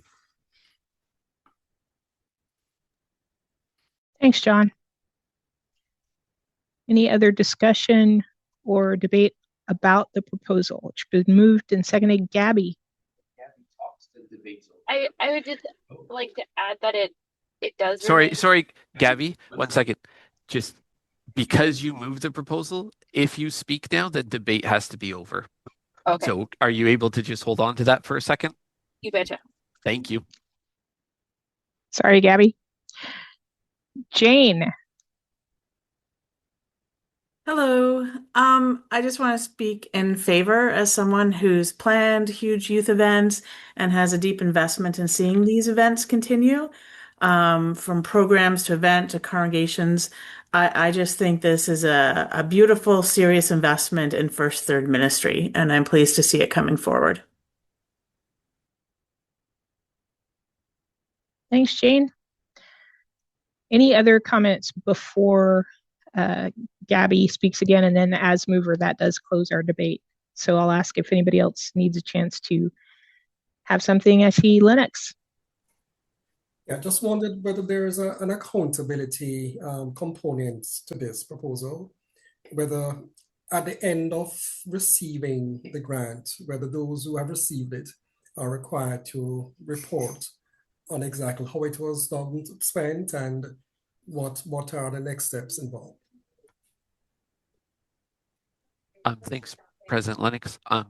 That piece would be up to the Discipleship and Justice Commission for how they are, as they would be the ones who are administering the grant. I did not feel that it was necessarily appropriate to tell them how they should then follow up with it. I think it is important to have that follow up, but I would suggest that it is one where we would leave it to them to decide what works best for them. This grant does require the Discipleship and Justice Commission to report to the regional council on how the monies were funded. And I would expect that in order for them to be able to do that, they would need to have some sort of follow-up from the grant recipients themselves. But I would leave it to the Discipleship and Justice Commission as part of their application process to include a piece on where that comes from. But that is a very important point. Thank you for raising it. Kathy. Hi, thank you for giving me a moment here. I have two things I would comment on. One is look at the exciting work that the Discipleship and Justice Commission gets to do. We need folks to consider, if you have the skill set and the passion for being on that commission, to join it and help make these kind of things come true for folks. The second piece is I just wanted to let you know that since GC 45, where we did send from our 3 regions 18 plus young adults and youth, or first third folks, to General Council, and they participated there. We've had a gathering of those. They were invited, the ones from our 3 regions, to gather at Five Oaks last weekend. And we had 14 of them able to come and show up. Many wanted to, but life is busy and hard for some youth and young adults to get time off. We spent an evening and an overnight there, and they are so keen to be involved and to be offering their gifts, their talents, their passions to the church. And they are very clear about how they want to do that. And they're in fact, at this point, trying to formulate some kind of a container or body around something like a youth council for the tri-regions. They know there's going to be work around a national one, but they want something specific to our 3 regions. So I just think this is an appropriate time to mention it when you're talking about supporting them in financial ways. Thanks.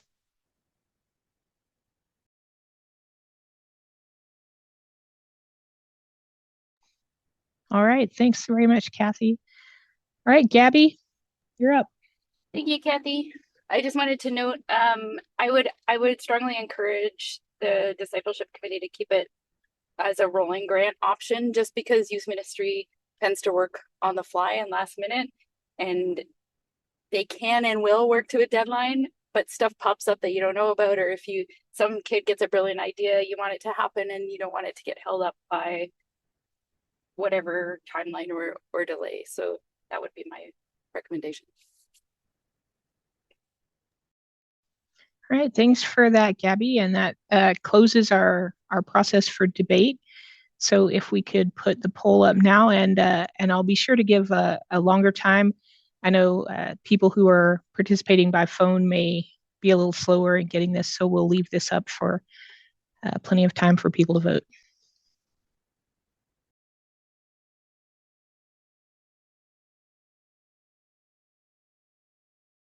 Okay, thank you. We can close that poll now, and that has passed overwhelmingly. So thank you. You've carried that motion with tremendous support. Thank you. Before we move on, can I just say something? Thank you. Sorry. I had a good question from our leadership group here about dates for this. So I can just tell you that the finance office and the auditors really don't like it if we start a brand new grant in December. So these grants we will make sure that they are up and running in the early new year, and so you should be any of the other ones that pass as well. So you should be able to look to be applying for those by mid to late January would be my guess, just so people are aware. Okay, thank you very much. Our next thing is we're moving on to our 5th and final presentation from one of our commissioners from General Council 45. We'll hear a reflection from Yvonne Wright.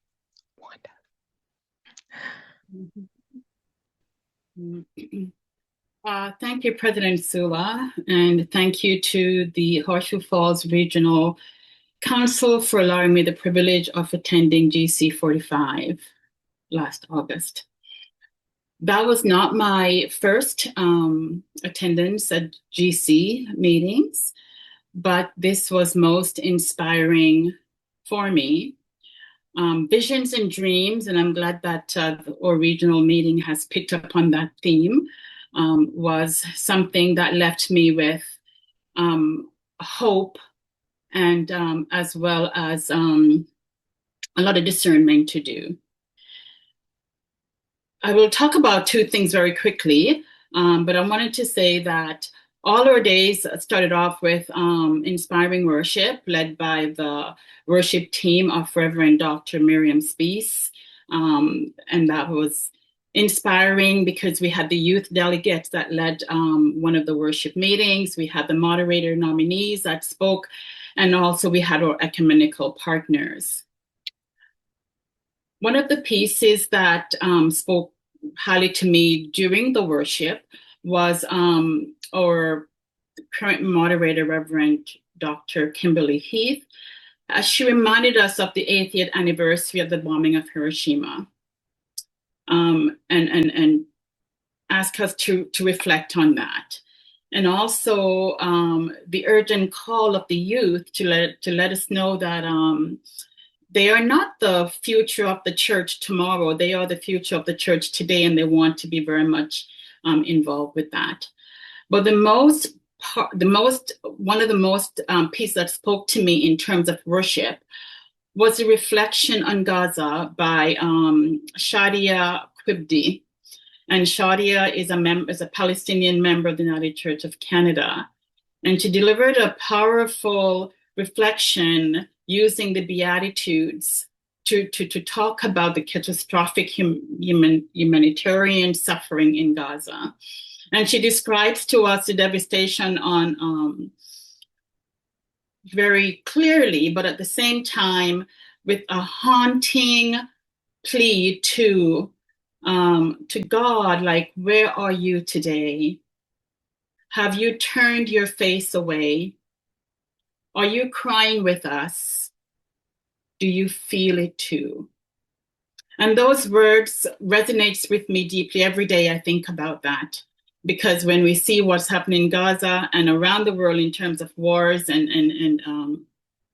disparities, it is very concerning. But she closed with words of hope rooted in faith, saying, "But you, Holy One, remain present forever. Your love endures through all generations, and you will rise and embrace Gaza with compassion, for it is time to show mercy to her. The appointed time has come." So I leave those words for you to resonate with that. However, our keynote speaker was Reverend Dr. Karen Georgia, who is a general minister and the president of the United Church of Christ in the United States. And the Church of Christ is one of our partners, United Church of Canada partners, who is in full communion with us. And over the last 15 years that we became full partnership with that church. She was our keynote speaker, and she picked up on the theme of visions and dreams, and how do we work that vision and dreams into our theme of deep spirituality, bold discipleship, and daring justice. Thanks to Cam this morning for the presentation as towards 2035, because Reverend Thompson reminded us that the church, that visioning and dreaming are calls to action, one that requires imagination, courage, and willingness, and to let go of the restrictive narratives. She challenged the church to engage in critical self-examination. So I would invite congregations to examine themselves and to go beyond the metrics of success. Be louder, she says, about and be more visible in our justice commitments, and to continue to embody and live out our apologies rather than letting them become hollow statements. And for those of us who were there, I think we can relate to that, because there were moments on the floor where some of those statements were very troublesome. She emphasized also that the vitality of the church lies in its mission, in its action, and its spiritual depth, not in numbers alone. She shared with us a survey that was taken, mind you, this is United States survey, but it reflects very much like what Cam presented to us this morning. And it talks about the survey that was done of 11,000 people, and 83% of that 11,000 people identify that they have a soul, there's a spirit beyond the physical body. And she also shared that out of those 11,000 people who were interviewed, 81% believe that there is something spiritual beyond the natural world. And 70% of that number also identifies that they themselves are very spiritual. So what is the role of the church? And she shared that in her view, the role of the church is the light of these insights. She again said that we are connected by the divine, by the Spirit. And again, that this challenge aligns with our calling to be a spiritual home for all who seek meaning, justice, and community. But in conclusion of her keynote she spoke for the whole 5 of the 6 days we were there, that worship must be a place of truth-telling and challenge as well as hope. The church is called to listen to the cries of the youth and the sufferings of the world. Dreamings and visions are spiritual practices that leads to transformative action. And the church must continue to evolve, grounding in love and responsive to the needs of today's world. But she left us with a poem, and I'll read just a few verses of the poem. And it's called Keep Your Dreams Alive. I want to keep dreaming, and this is her own writing, by the way. I want to keep dreaming. Sometimes I forget it's okay to dream, or perhaps it's more than I'm afraid to dream. I want to keep dreaming. My yesterdays, my tomorrows all start with the dream, creating possibilities of moving mountains, of creating streams. I dream of a wide open seas, of my arms and heart just open, exploring the mysteries life has to offer. So I leave General Council 45 with hope and dreams and a thankful heart that I was a part of the conversations, I was a part of the decisions that we came to through the proposals, that I was there to learn and to share and to bring back what I have learned to this region and to my congregation. Thank you. Thank you for that reflection and for sharing some of her poetry. That was a really powerful part of our experience, was hearing our keynote speaker and some of the poetry that she shared. And that finishes our 5 commissioners' reflections on General Council 45. And I just want to lift up once more that General Council 46 will be here in Horseshoe Falls. And so I invite everyone, we'll be talking about it more over the next couple of years to see how you might get involved and be a part of the next General Council. And we'll move on 1 minute early to proposal number 4. I'll invite Mark to share that with us. Thank you so very much. Hello once again, everyone. So we are now going to be moving on to proposal number 4, which is the Collaborative Ministry Grant. This proposal can be found on page 30 of your workbook.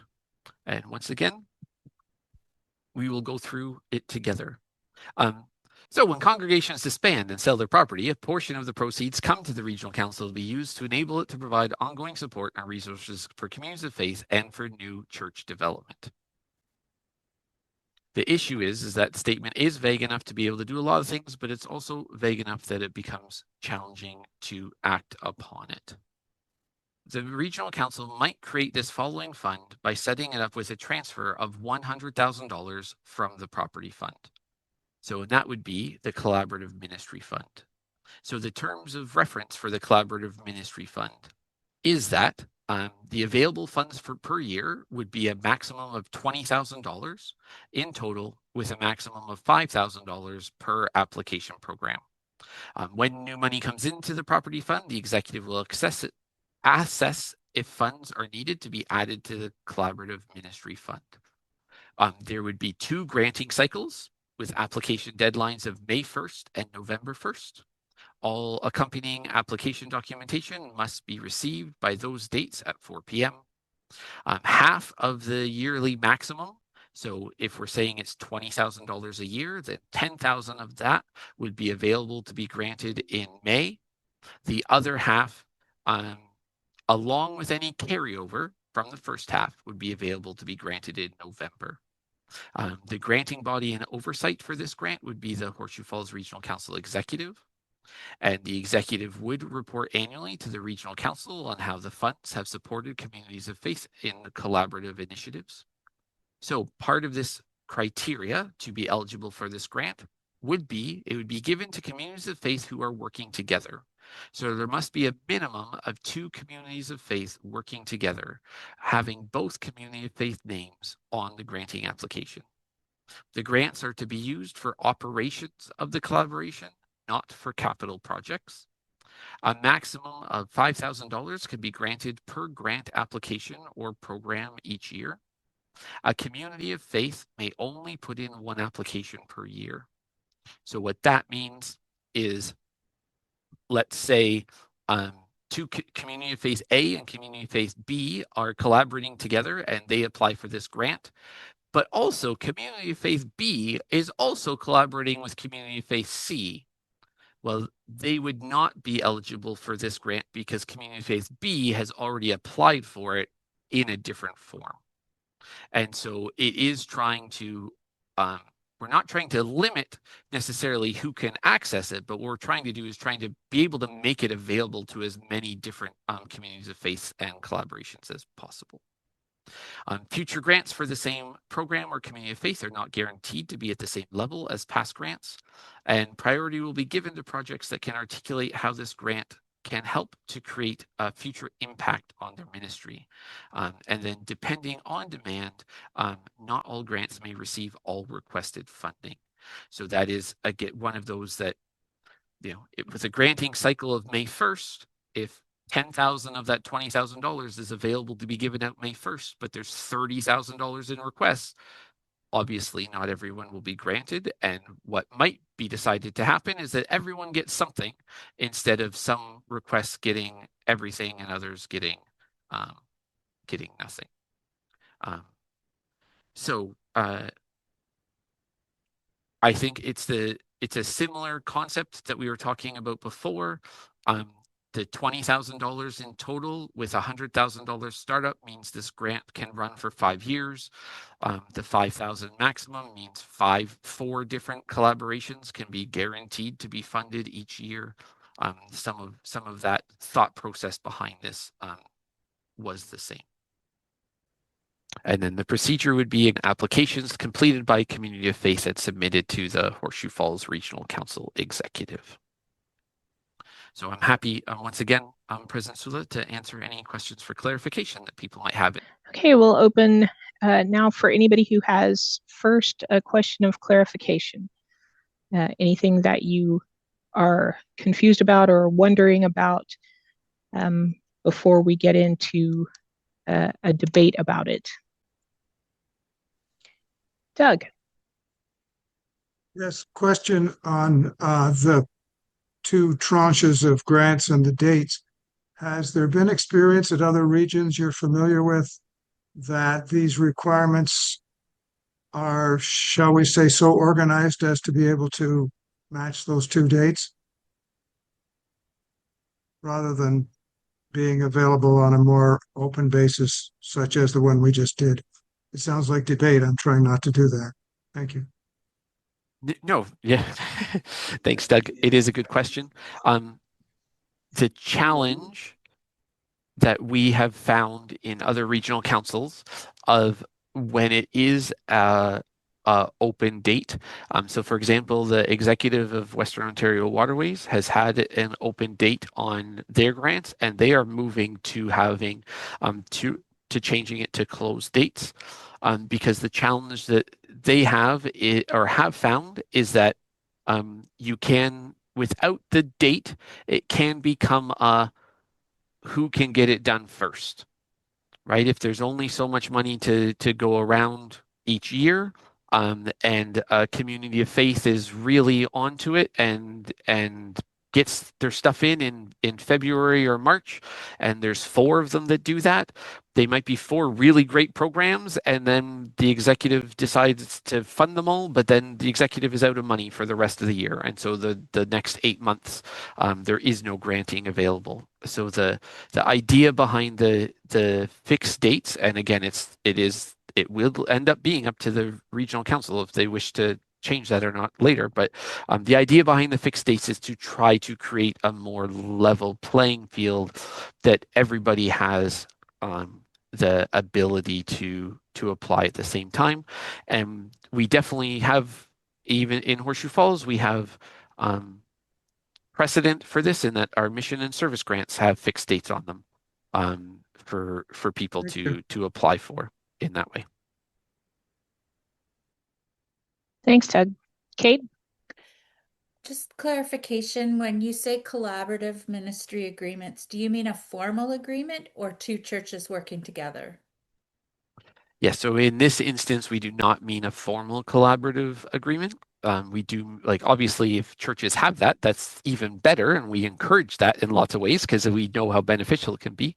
But it is that 2 churches are somehow working together to run an event or something. An example is Antler River has this basically a very similar grant to this, and there were 2 communities of faith that wanted to get a guest speaker in to talk about something that was very specific to them in their communities, and so they applied for the grant to pay for the honorarium for the guest speaker, even though the communities didn't have a formal collaboration, but they wanted this guest speaker to come to their community, to their wider community, because it was important to them.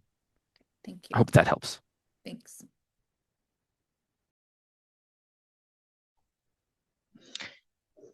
All right, thank you, Doug and Kate. Are there any other questions for clarification?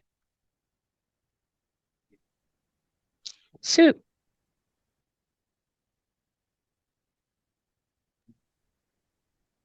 So having the money split up with about 5 months difference.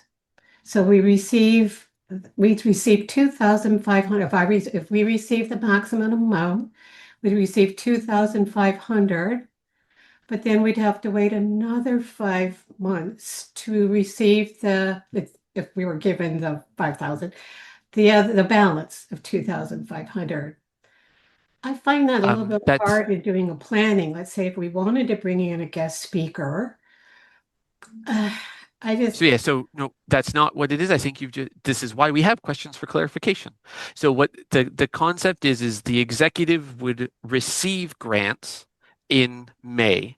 So the executive has $10,000 to give out in May. And if you're having a guest speaker, you can apply then in May, and it's for $1,000, and the executive would pay out the full amount to you in May. What we're saying is that anyone who wants to submit a request to apply for this grant, you would have to do it by May 1st. If you have not submitted your request by May 1st, then you have the fall deadline to be able to submit your request for. The grants would get paid out when they are approved. The different dates is for when the executive receives the grants so that they can then discern and have hopefully 4 or 5 grants that they're discerning with together in how to then grant that money out, as opposed to, well, 1 came in January, then 1 came in March, then 2 came in February or in April, and then 3 in September. It's grants will come in May, and the executive will make a decision, and that money will be granted out at that time. And then the second half of the total amount that they are available to grant in an entire year would then be available November 1st to be granted out at the for the end of the year. Does that help clarify that for you, Sue? To be honest, not really, no. Okay. Go ahead. That's okay. Right. Mary. Yes, I just wondered if it is possible to consider increasing that amount if this grant is considered to be if it is possible with the property amount to increase it if there's quite a demand for it, so that after the first year, could there be a review to consider perhaps upping the amount from 20 to 25 or 30, depending on what was available? Yes, so the oversighting bodies of any of the grants that we have the capabilities to look at and and adjust the terms of reference as we go along to see what is needed. And that's part of what was in here is that as more money comes into the property fund to for the executive to be able to decide, do we need to top this up? Do we need to change it in a certain way? So that is definitely a way to go. This is just giving us a starting point to get something on the ground to see where we're at from there. Okay, thank you. Chris. Hi, I'm Christian Kula from Westdale United Church in Hamilton. I just had a question. So you were saying that it's split up into $10,000 in each cycle. I don't actually see anywhere in here where it says that you're gonna just have $10,000 for the May and then 10,000 for the November. This would imply here that it's like you could spend all 20,000 in the first cycle, but I don't think that's what you want. But maybe I just missed it. Yeah, no problem. So it's right here under available funds where it says half of the yearly maximum will be available to be granted in May, the other half along with over any carryover in November. So I didn't put in there the number 10,000. Had the half of the yearly maximum. So no, it's fine. That's why we have the questions for clarification. There's no reason to apologize.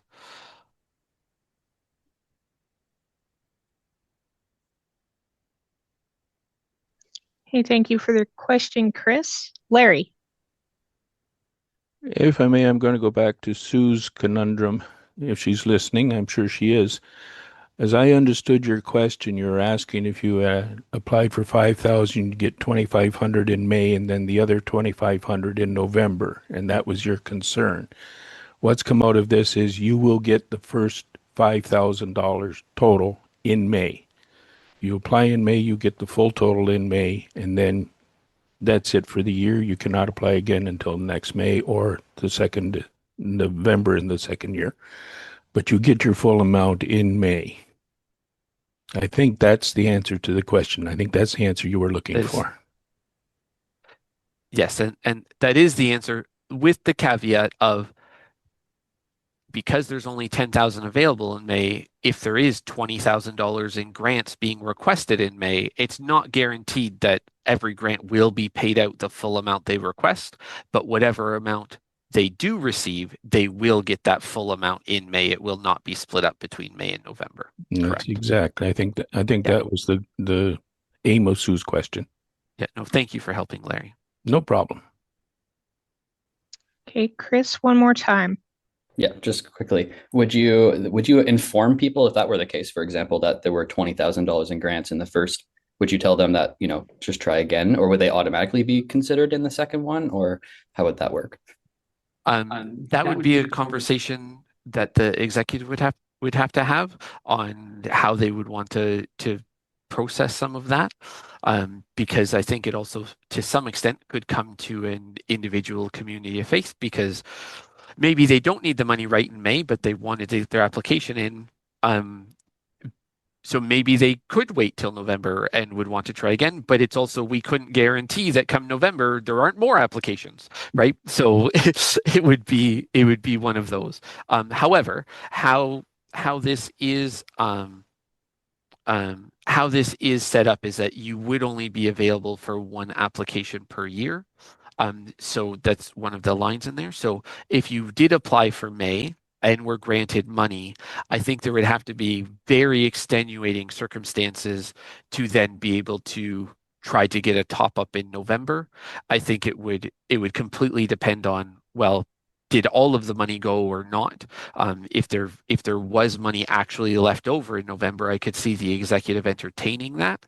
But it would be if you apply in May, you're part of the May cohort of the money that's being given out then, and then as Larry had said, that would be your application for the year. Again, trying to get as many different communities of faith access to this as possible. Yeah, I guess my question was if they don't get it because there are just too many applications, for example, if they could then be eligible to reapply in November or no? Yeah, so if they don't get any funding granted to them at all, then yes, they would definitely be able to reapply in November. That would be for sure, yes. Okay, thank you. Yep. Okay, at this time, I will ask if the regional council wants to make any changes or additions to the proposal before we have a mover and seconder. Sula Ann, there's a question from Gail Lorimer. She's had her hand up for a while. Thank you. Gail Lorimer from East Plains in Burlington. My question is, when two churches or two faith groups go together, what if the other one is, say, Anglican or Unitarian coming together for a speaker or whatever? Ooh, what about this one? Thanks, Gail. That is a very good question. So what I would say is that it would be up to the executive to make the decision in when it comes to that piece. What I would advise is that we definitely would like it to be at least one United Church community of faith that is in there, as it is our United Church money. But we do know that we have partnerships and ecumenical partnerships in lots of different ways. So I think it would completely depend on the individual situation and what is being asked for, and then to the same extent as everything else, how much is being asked for at a certain time. But I would not. What I'll say is, I would not think that situation automatically disqualifies you for the grant. Thank you. You're welcome, Gail. And I just want to add to that a little bit as well, Mark. You notice that 2 out of 3 of our mission service grant recipients that Discipleship and Justice brought to us today are ecumenical chaplaincies. So we love throwing money at partnerships. All right. I see nothing that needs to be changed or added. And Michelle, thank you for lifting up Gail. I was not able to see her hand up. So I guess I would ask if one more time, if there are any changes or additions before we ask for a mover and seconder.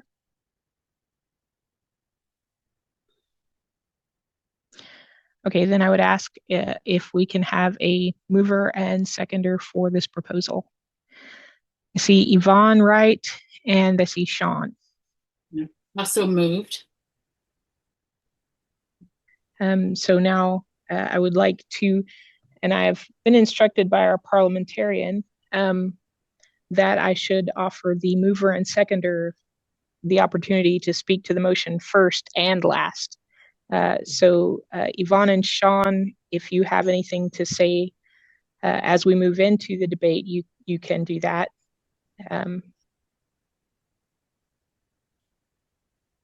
Nothing from me. No, I don't have anything to add. Okay, thanks. Thank you. Is there any other debate or discussion about this proposal?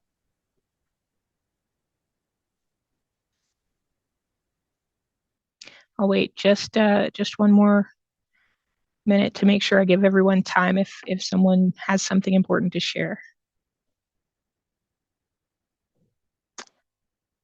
All right, seeing no discussion, can we put up the poll for this proposal?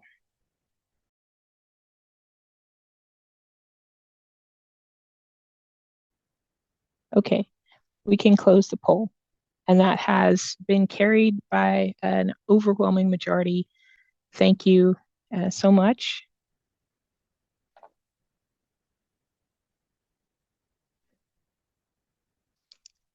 And the next thing up is break time. We're scheduled for a 10-minute break at 2:30. Let's go ahead and take a 10-minute break and come back at 2:30, 2:36. And we'll continue to try to stay on track and get out a little bit early this afternoon. So 10-minute break, get up, stretch, walk around, and then we will truly be in the home stretch.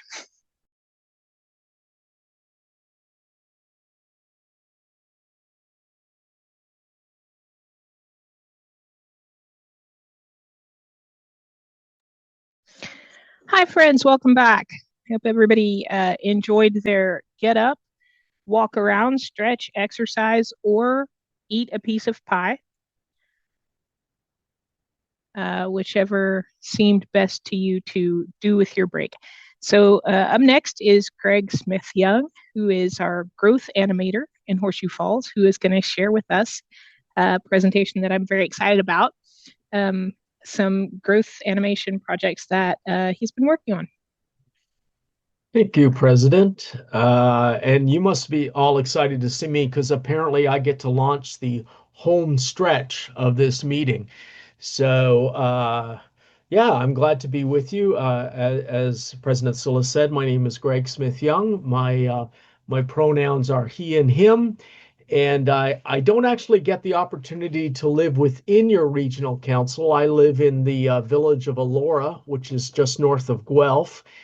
But I get to serve you folks in your regional council along with the people in Western Ontario Waterways and Antler River Watershed regional councils.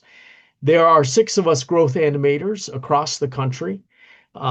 Geographically, this area, while it seems big, is actually the smallest growth animator area. But we have a lot of congregations, a lot of communities of faith in these 3 regional councils, almost 400, of which about a third, 130, are in Horseshoe Falls.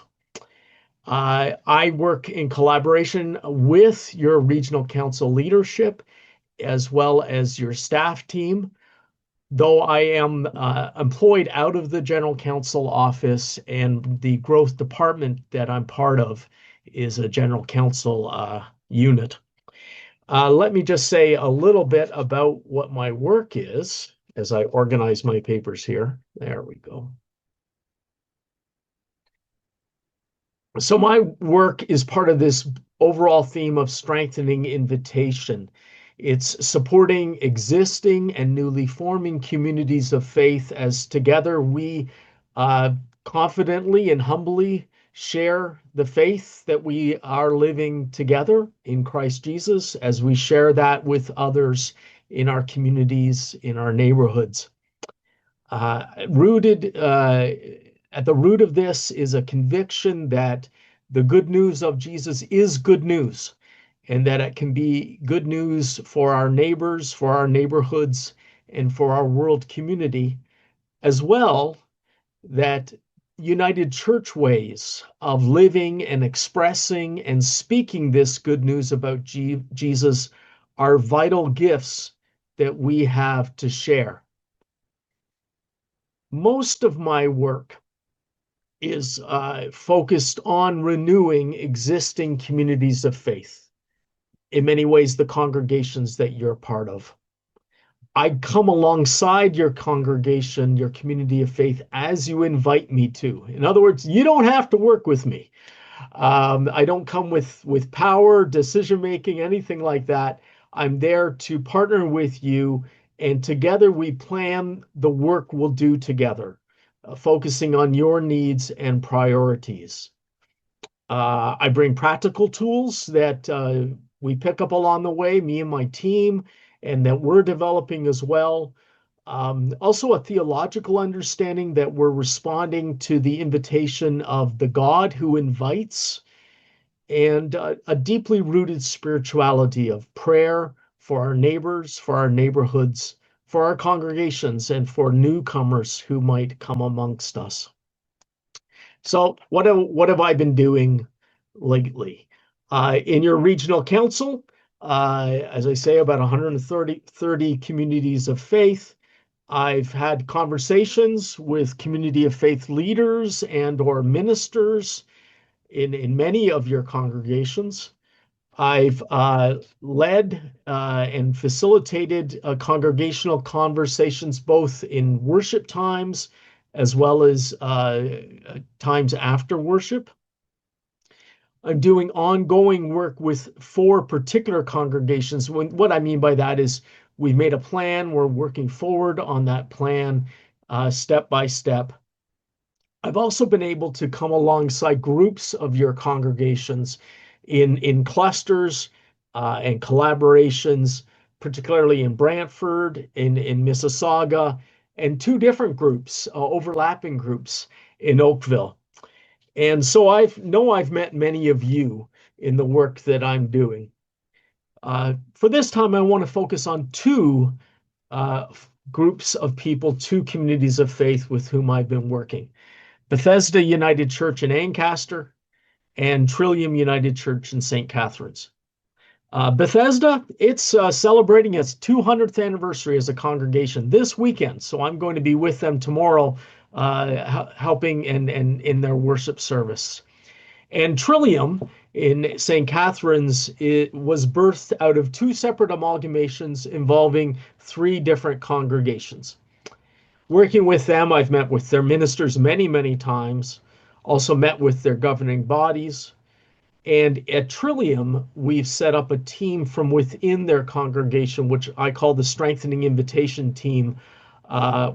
Shortens to SIT, but we also move around a lot too, doing things. And that's the team I work primarily with. If you look at these congregations in their ministry contexts, Bethesda is a lovely little country church on a main road on the hill. And in the Ancaster area, it bridges rural community with the suburban area. So it's kind of a gateway community and encompasses both areas. And it's a community where a lot of housing is starting to grow up. The Trillium congregation is in the northeast corner of St. Catharines, a more established neighborhood, a few blocks away from the Welland Canal. With both congregations, I've offered a workshop that I developed. I call it Crashing Someone Else's Party, Welcoming People to Your Church Without Being Weird, or as unweird as possible under the circumstances. I've also done this for communities of faith in Oakville too. What I heard from guests and doing research is that they often feel like they've crashed a party. They've come to a party that they weren't welcome at, that wasn't really for them. They weren't invited. So what we want to do is shift their usually Sunday morning experience to one where they feel cared for and feel like this is a community they could belong to. In this workshop, we look at tangible steps that can help prepare guests for arrival, about creating a culture of welcome and praying for those whom God might be inviting into our midst. Talking with the folks at Trillium afterwards, they after this workshop, they adapted their order of service to make it more newcomer friendly. They reconfigured the entranceway to their church, their main entrance to their sanctuary. They've also been looking at the whole worship experience too, through the eyes of what a newcomer would experience. And they learn to focus on the first 10 minutes, because it's within the first 10 minutes of someone showing up on your church property, probably a parking lot, within those first 10 minutes that they'll likely decide whether they will return in the future or not. So that's a workshop I've done for them, and I'd be glad to work with you folks on that too in your community. Another workshop I've offered just once with the Trillium folks, I'm calling From Hesitation to Hope. And it's a gentle, hopefully encouraging space to explore the practice of sharing our faith stories with one another within the church and maybe others in our lives too when it becomes appropriate to a conversation. It's not about forcing our faith on others, putting them on the spot, putting ourselves on the spot, but it's about being open to when God's Spirit creates spaces for conversation. It's rooted in a belief that actually sharing our faith can be an expression of love. So I offered it with Trillium. They had a lot of great feedback, things I need to work on with it. I'm going to be offering it again, a revised version with Bethesda on Saturday, January 10th in the morning. And there'll be information in your regional council newsletter about that, so others can join in too. Both these congregations took part in the 100 Tables initiative that Cam Fraser spoke about earlier. This photo is actually from a congregation in Sarnia too, that they took part as well. And the Bethesda and Trillium congregations are just putting together their tables and imagining what that might look like. I was also able to connect both congregations with some grants from the United Church of Canada Foundation. Bethesda is using theirs to enhance something they already started. They have what they call link spaces on their property, which are outdoor places for contemplation, for prayer, for worship, for just sitting. And they're open all year, all day, every day. They're 12 unique spaces and that have different feels to them. What they want to do is enhance those spaces and get the word out in their community about them. So that grant is going to help them to do that. The Trillium building is a busy place. There's a lot going on there, including many, many concerts. And what they want to do is use the grant money to offer hospitality after the concerts for people in the community who have nothing to do with the church. And if they just come to enjoy the hospitality, that's great. But also use that time to create an open door, if you want to use a metaphor, so that if people want to find out more about the church, they want to talk about the church, they want to talk to someone, that Trillium will be able to respond well to those guests. I've joined with congregations for preaching and just being with them. And that's been a great learning for me. Sorry, let me back up there just a bit. Bethesda has reported that they feel encouragement to own their past, present, and future, and to see their viability as they move into their third century as a community of faith. And Trillium has just enjoyed hearing different perspectives that I'm able to bring from elsewhere, and realizing that their work is not only about what they do, but how they live out their life of faith. Another thing I'm doing with them and with others is helping shift the conversation. So instead of focusing on how do we save our church or how do we get more people into the pews, we might begin asking things like, what do our neighbors and neighborhoods need a United Church presence to be for them? Or even better, maybe, what is God calling us to be for these neighbors and neighborhoods that God loves? Questions that bring us out of ourselves and thinking about what God is doing around us and through us. Jesus is already with your neighbors, in your neighborhoods. What are the things that he is doing and inviting you and your community of faith to come and see, as he says, and to join in? I have resources that I can offer. Generally, I'm calling them all pilgrimage in place, practices for where we see and notice our communities differently, engage in new kinds of conversations, understand our communities through demographics, and engage in practices of discernment. Let me just say a little bit more about another aspect of my work. Everything I've been talking about is with existing communities of faith. that renew part of our mandate. But I also work on creating new communities of faith. These are going to be in some ways similar to existing congregations that we know, but they're also going to be very different in ways that I can't even begin to imagine. Cam already talked about some of these, the communities that are intentionally intercultural, that are serving largely people who are recent migrants to Canada, or culturally specific communities, or linguistic communities. And there are two of these in Hamilton. I've also been working with a community of faith where the leader lives in Guelph, but they operate entirely online. And imagining what does that look like, and experiencing how that is reaching people in new ways who wouldn't connect with a traditional bricks and mortar church. I want to suggest, is there an idea that is niggling at you, something that the Spirit might be calling you into? A seed that's been planted. If there is, please reach out to me, because I'd love to talk with you about that and engage in discerning and starting to design what that might look like. So that's a big overview, a quick overview of some of the stuff I've been doing in your regional council. I would love to connect with you.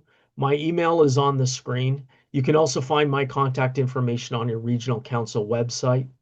We can chat about anything I've just mentioned, and just drop me a note and we'll set up a conversation. Thanks, President. Thank you. We have a couple of minutes. I can give one or two people a chance to ask Greg a question if anybody's got a question, or just say hey to Greg. Hey. I can't see if hands go up, so let me know. I'm not seeing any hands. We'll give They're people just one more second. Stretch. You held that out for them. Yeah. They're having the after lunch nap. Yes, that's right. Well, I was glad to help. Okay. Well, thank you for your presentation. And I did have a chance to get out to Bethesda and see their link spaces outside, and they are fantastic. And I may have encouraged him to have even more ideas. So good. Yeah. Awesome. So thanks so much, Greg. Thank you. The next thing we have is proposal number 5, our fifth and final proposal for voting on. So I'll ask Executive Minister Mark to go ahead. Sure, thank you very much. And just to clarify, we still will have a closing motions proposal, which technically counts on something they will vote on. So just, we need that one to go through too. So just saying, we can't be done quite yet. That's awesome. So we're into proposal number 5. This one is found on page 31 of your workbook. And during this time, I think we have adjusted the slides that it was just one number that was incorrect before, and I think we've got it so that we're good on this one now. So this would be for Capital Projects Fund. So what is the issue? Our churches require maintenance and repair to keep them functional. Sometimes the repairs come as a surprise or become so big that a community of faith cannot afford the repairs. What might the regional council do? The regional council might create the following fund, setting it up with a transfer of $400,000 from the property fund. And so this would be the Capital Projects Fund. So the Capital Projects Fund, actually, sorry, and I just need to double check. I caught the number, I didn't catch where it comes from. That $400,000 would actually come from the unrestricted reserves, not the property fund. So what it says in your handbook is what we are actually going with. It's $400,000 for unrestricted reserves. Sorry, that again is my mistake. I apologize. Okay, we can go to the next slide now, John. So the available funds, so per year would be a maximum of $100,000 to be granted out, with a maximum of $50,000 per application. After 4 years, so in the year 2030, the executive will assess if funds need to be added to the capital projects fund. So once again, there will be 2 granting cycles. So to get all of the grants in at once, in 2 separate times during the year, as opposed to a rolling situation where people could apply at any time. Deadlines being May 1st and November 1st. Again, all documentation must be in by 4 p.m. Half of, again, the year's maximum will be available to be granted in May. The other half, along with any carryover, would be available to be granted in November. And again, anything that is granted in May would be paid out in May. It's just the total that the executive can grant, but any application would be paid out when that application is received at that granting cycle.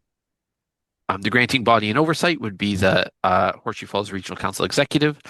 Again, the executive to report annually to the Regional Council on how the funds have supported communities of faith. So here's the criteria, and this is where this one is a little bit different to the other ones that we have had already.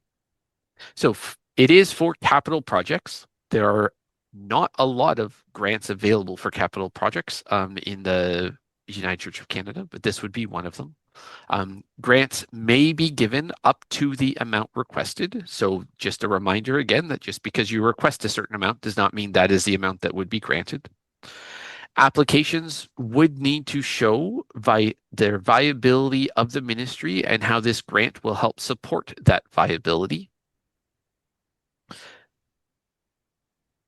Number 3, a preference would be given to applications that have been able to find supplemental sources of funding. So an example is, say a community of faith needs to replace the furnace and it's going to be $30,000. And so they apply to this grant for $30,000. Or another community of faith has to replace their furnace, it's going to be $30,000, and they apply to this grant for $15,000 because they are also raising $15,000 another way. If there is not enough money to grant both at the same time, the preference will be given to communities of faith that are trying to raise some of the money in some other way, is what this is suggesting. The maximum request per request would be per year would be $50,000. So this is where it gets a little bit tricky, but the hope is that this is in conversations while this was being developed, was that it's a way to help pay the grant forward and allow for more communities of faith to be able to access it. So if the grant given is over $25,000, then half of the money will be given as a 3-year pay it forward loan at 0% interest with a 6-month opening grace period, allowing for more opportunities for other communities of faith to be able to access the fund. So for example, if we can move on to the next slide, please. If a grant is requested of $40,000, then $20,000 of that would be given as a grant that does not have to be repaid. The other $20,000 would be asked to be paid back at approximately $555.55 each month for 3 years. So again, that is with 0 interest, starting 6 months after the grant is given. And what that does is then that allows, after that 3-year period, that $20,000 to be back in the fund that can then be granted out to another community of faith. One stipulation on the criteria is that if a community of faith has over $250,000 in its reserves, then they would be ineligible for this grant. And then the procedure would be, again, applications completed by community of faith and submitted to the Horseshoe Falls Regional Council Executive. So I don't think I have any other pieces to add at the current time, as it is one of those where trying to pick numbers that mean the grant will be alive for at least 4 years to allow different communities of faith to apply. But so I would be open for questions of clarification, President Sula. Okay, thank you for your presentation. Are there any questions at this time for clarification about what was just presented? Okay, Sybil, if you're trying to ask your question for clarification, it's really not coming through very well. So I would ask if you can add that to the chat if you have a question for clarification.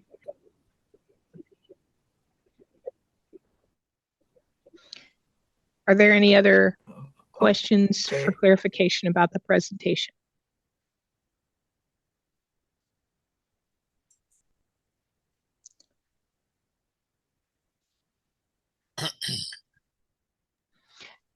And I don't see any questions for clarification. I would ask the regional council if there are any changes or additions that they would suggest before we ask for a mover.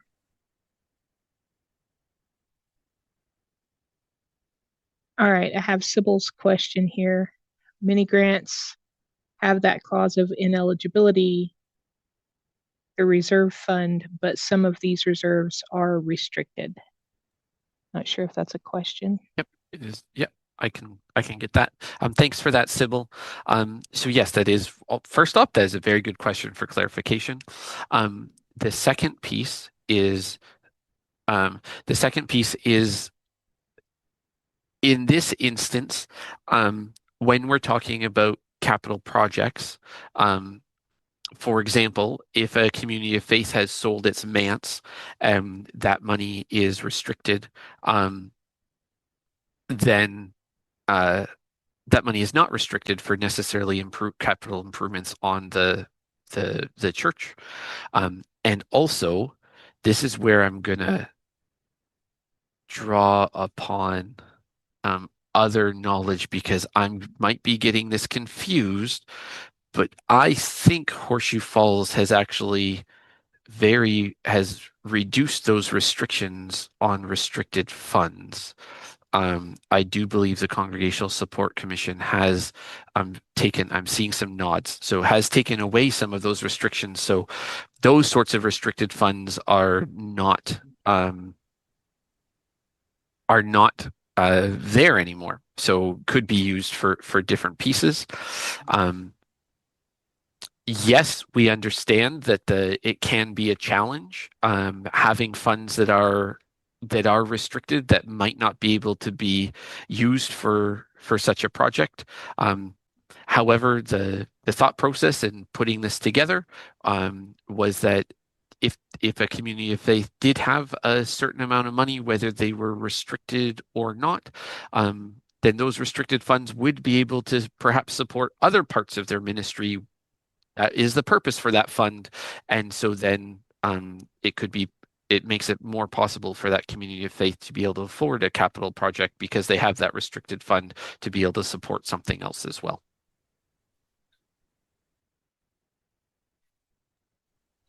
Okay, thank you for your question, Sybil, and thanks for that explanation. John, I see your hand up. If you look at the financial statements in the workbook, restricted funds are very low. Most of the money we have is unrestricted. So, same answer, Mark. Thanks, John. And I think that the question was when a community of faith has restricted funds. But you're right. As a regional council, we have some restricted funds and we have some non. And in our case, our unrestricted funds are greatly outweigh our restricted funds. And I believe I have not seen too many pastoral charges with restricted funds. That goes back a while, but I have not seen that. No, thanks, John.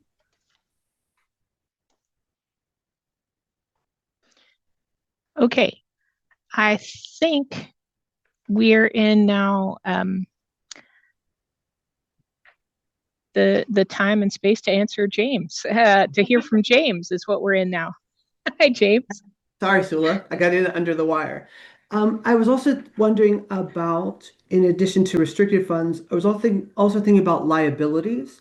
Like as a congregation, we do have some money in the bank, but we've done like a recent architectural, survey and done a lot of recent research into, property and building maintenance and things like that. So we're looking at like a lot of liability versus money that we might have in the bank. Is that something to consider that churches might be able to talk about as they apply? I think that would be one of those where include having that information in the application, like the executive would take those sorts of would consider those sorts of things. What we were looking at specifically is if you have a certain amount of money in the bank, then that would make you ineligible to receive this type of capital assistance grant. That was the only piece that we were saying outright at the beginning would make you ineligible to receive it. So having a liabilities or that sort of thing, I think you still could enter in a conversation around what you might need the money for.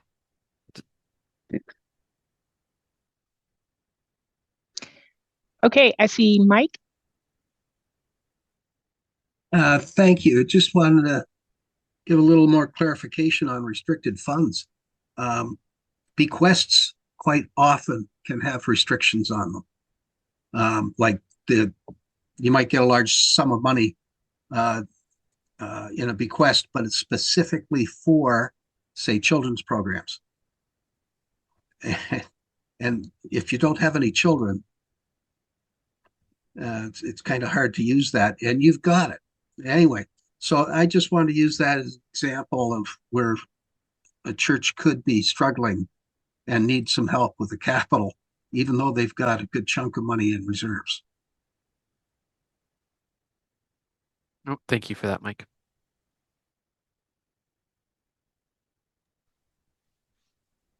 Okay, we'll just visit one more time the invitation to any changes or additions that the regional council would like to see on this proposal before we have a mover and seconder.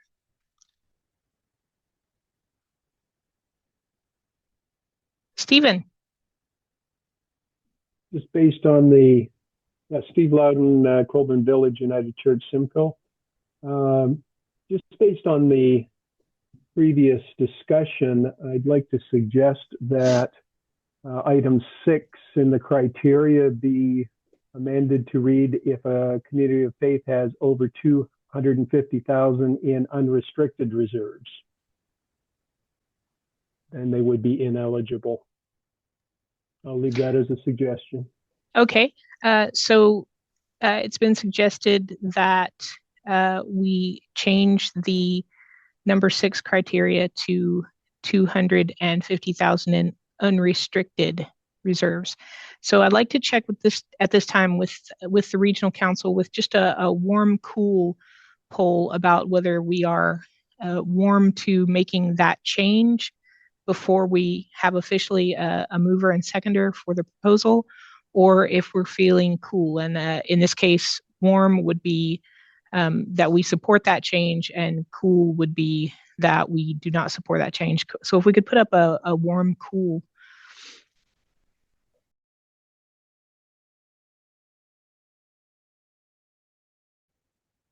Okay, we'll leave that up for just a few more seconds and make sure that people using phones or people who are having a little slower connection have time to vote on this. Okay, we can close that. So it was overwhelmingly warm to that suggested change. So that means that we will change the wording to churches that have, if a community of faith has over 250,000 in unrestricted reserves, they are ineligible for this grant. Thank you.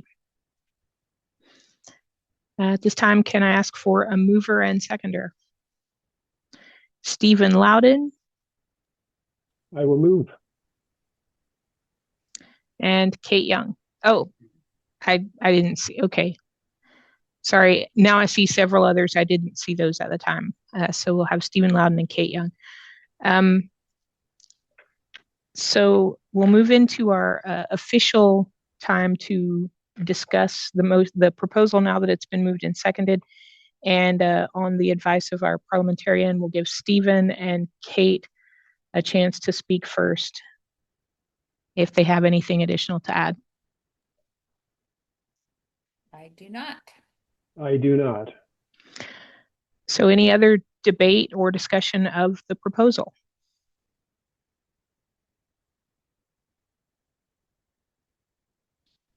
Chris?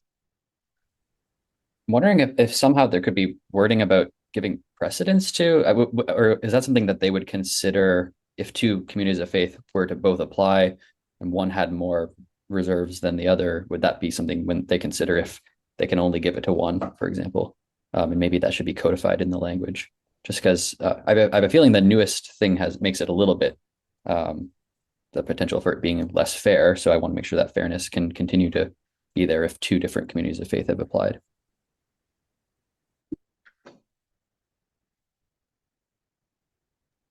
Thanks for that, Chris.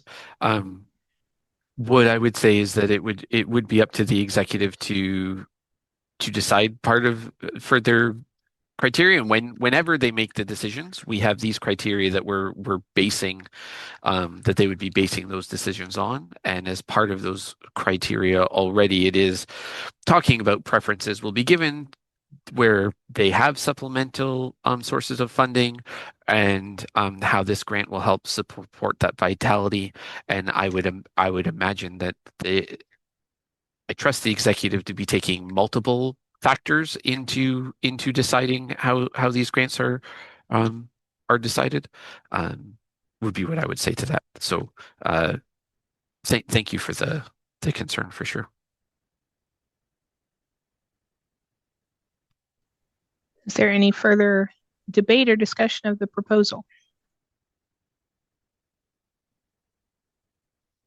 I do not see any hands raised, but I feel like I'm not always seeing them. So I will say that seeing no hands, we can put up the poll for the vote.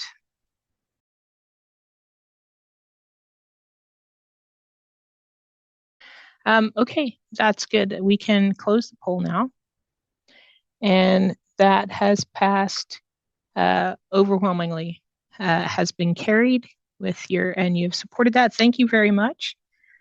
Now we'll move ahead to our moderator's message.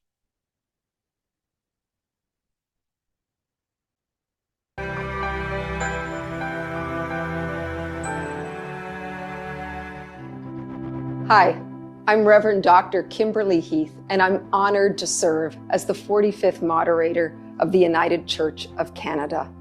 My home is on the shores of the St. Lawrence River in eastern Ontario, on the traditional unceded territories of the Anishinaabe and Haudenosaunee peoples. I've been a minister for 26 years, serving the wider church in many ways. I'm a mom of 4, a wife, dog lover, swimmer, preacher, and yes, a bit of a chaos handler. But most of all, I'm a follower of Jesus. We're living in a time of rapid change and deep uncertainty in our world and in our churches. It's not always easy to be the church right now, but I've learned to trust the river of God's life-giving, transforming love. That love has changed me. I've seen it change others, and I've seen it ripple through our communities and out into the world. In this changing world, we need spiritual depth, a rooted faith that nourishes the soul and grounds us in compassion, justice, and peace. As moderator, I don't promise to solve every problem, but I do promise to be deeply rooted in faith, bold in following Jesus, and daring in standing with courage in places of injustice. Together, Let's live into our vision of deep spirituality, bold discipleship, and daring justice. I'm so grateful to be on this journey with you.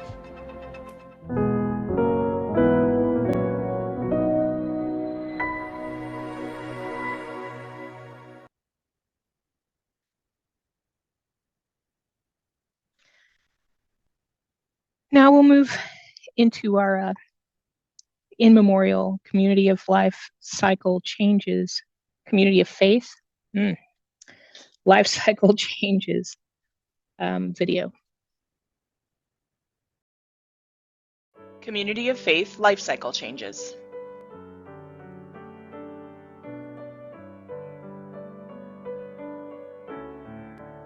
Disbandments, with thanks for their legacy and faithful service.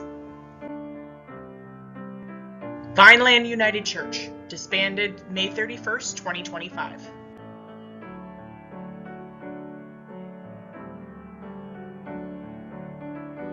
Collaborative Agreements, a testament to the beauty of collaboration where faith, grace, and fellowship converge. Central United Church Welland and Southminster United Church Niagara Falls entered into a collaborative agreement September 1st, 2025. Richwood United Church from Antler River Watershed and St. Paul's Paris from Horseshoe Falls entered into a collaborative agreement from October 1st, 2025 to October 1st, 2026. St. Andrew's United Church Brantford, Harmony United Church Brantford, and Fairview United Church Brantford entered into a collaborative agreement effective September 1st, 2025 until August 31st, 2026. South Coast Collaboration, a collaborative covenant amongst Bethel United, Central United, Morgan's Point, and Forks Road pastoral charges, effective from October 1st, 2025 to October 1st, 2026. Stony Creek United Church and Pioneer Memorial United Church enter into a collaborative agreement effective November 1st, 2025. St. John's United Church Oakville and St. Paul's United Church Oakville entered into a collaborative agreement effective October 1st, 2025. Many blessings as the legacy of these communities of faith continue in the United Church. In Memoriam. We remember and honor the lives of those who have departed from us. Their contributions and presence have left an indelible mark on our community. We remember them and celebrate the legacy that they left behind. Reverend Lorraine Davis, OM. Reverend Lorraine graduated in 2006 as an ordained minister of the United Church of Canada. As a minister, Lorraine was an intuitive and compassionate leader who empowered those around her to step up with love and kindness. Reverend Stephen Huntley, OM. Stephen was a minister for the United Church of Canada, serving various congregations for 33 years. Mel Matthias. Mel was a dedicated member of the former Halton Presbytery and later Horseshoe Falls Regional Council. He served as a representative for Appleby United Church Burlington on pastoral relations and was a liaison for human resources. He was a quiet, calming presence and guided gently with wisdom. Reverend Keith Hawks. Keith was kind and compassionate, and he poured this into his ministry with the United Church. He served many congregations in Southwest Ontario, even after retiring. His service and dedication have touched many lives. Hensia Otterspore. Hensia actively supported numerous initiatives of the United Church of Canada and was a devoted member of Binkley United and St. Paul's United Dundas. John Durfee. John regularly volunteered his time to a variety of organizations, including Wesley Urban Ministries, where he served on the board of directors for a number of years, and the Canadian Council of Churches. May we find comfort in the memories of our departed, and may their spirits continue to inspire us in our journey ahead.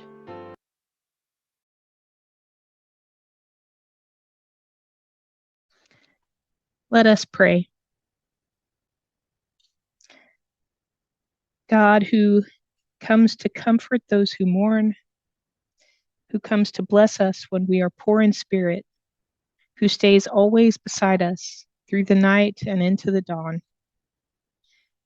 Thank you for the lives and the ministries of these sisters and brothers, and for the legacy of these communities of faith. We are blessed to have shared in their story and that they were a part of ours. We give thanks for the beautiful memories that we have and for the light that they shone into our world and will continue to guide us. We ask your blessings of comfort and grace and peace on families and loved ones as they move forward. We offer these things in Jesus' name. Amen.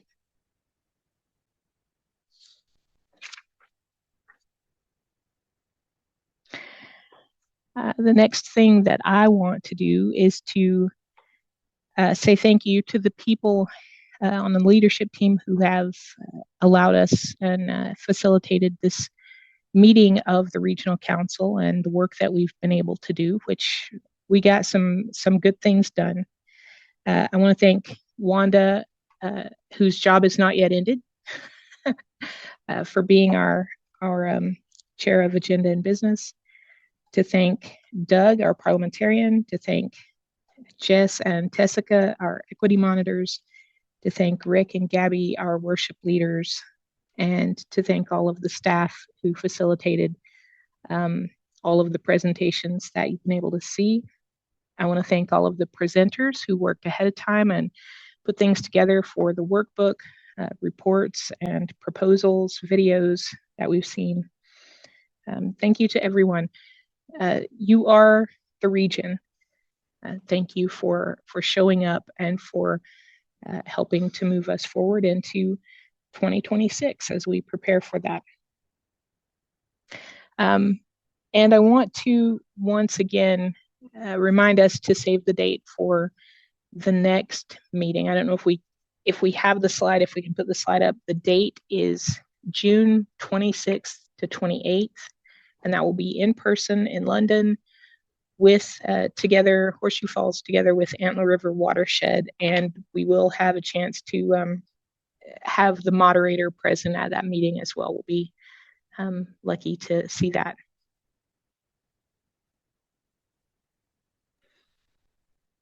And then before I'm jumping in, I got to pause. This is Executive Minister Mark speaking. Before you move on, President Sula, I would like to thank you for your leadership in the meeting today.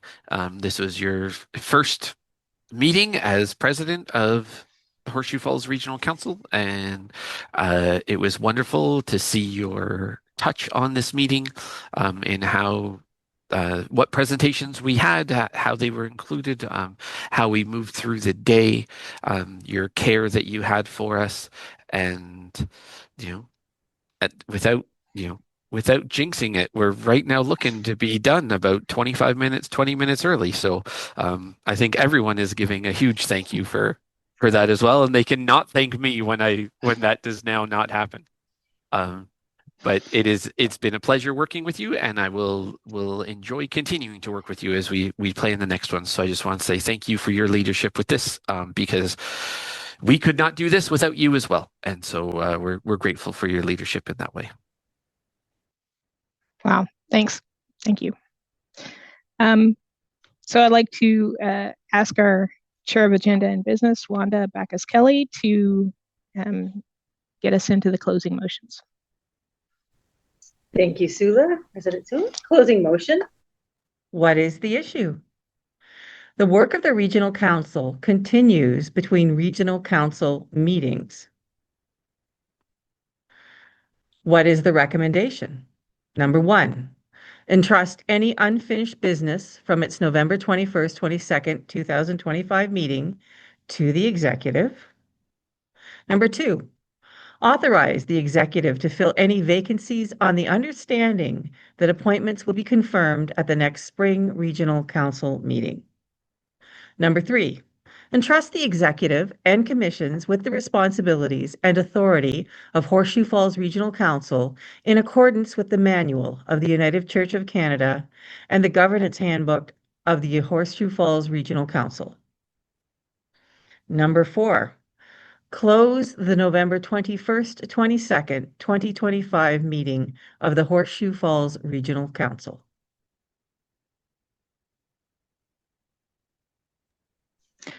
Thank you, Wanda. Last time, are there any questions for clarification about the presentation of this proposal, our closing motions?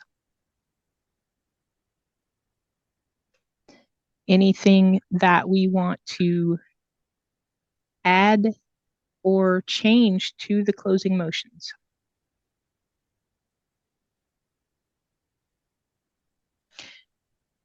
Can I have a mover and seconder? Mike Wyatt and Chris Shankula.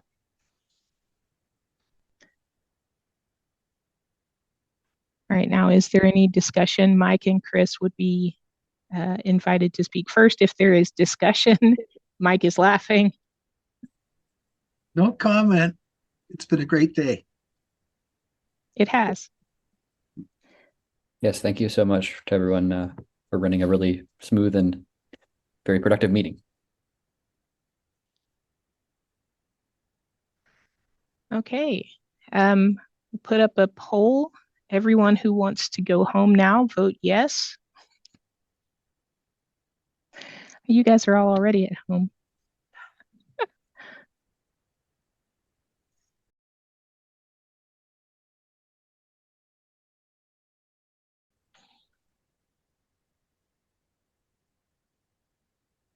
Okay, you can close the poll.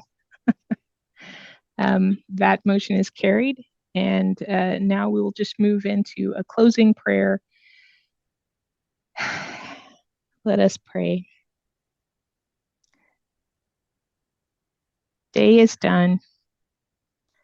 Thank you, loving God, for being with us. Thank you for the bright blue sky outside and the rest of a weekend in which we can prepare for tomorrow's worship and the reign of Christ for all time. The end of the story. Our work here as regional council is done for today.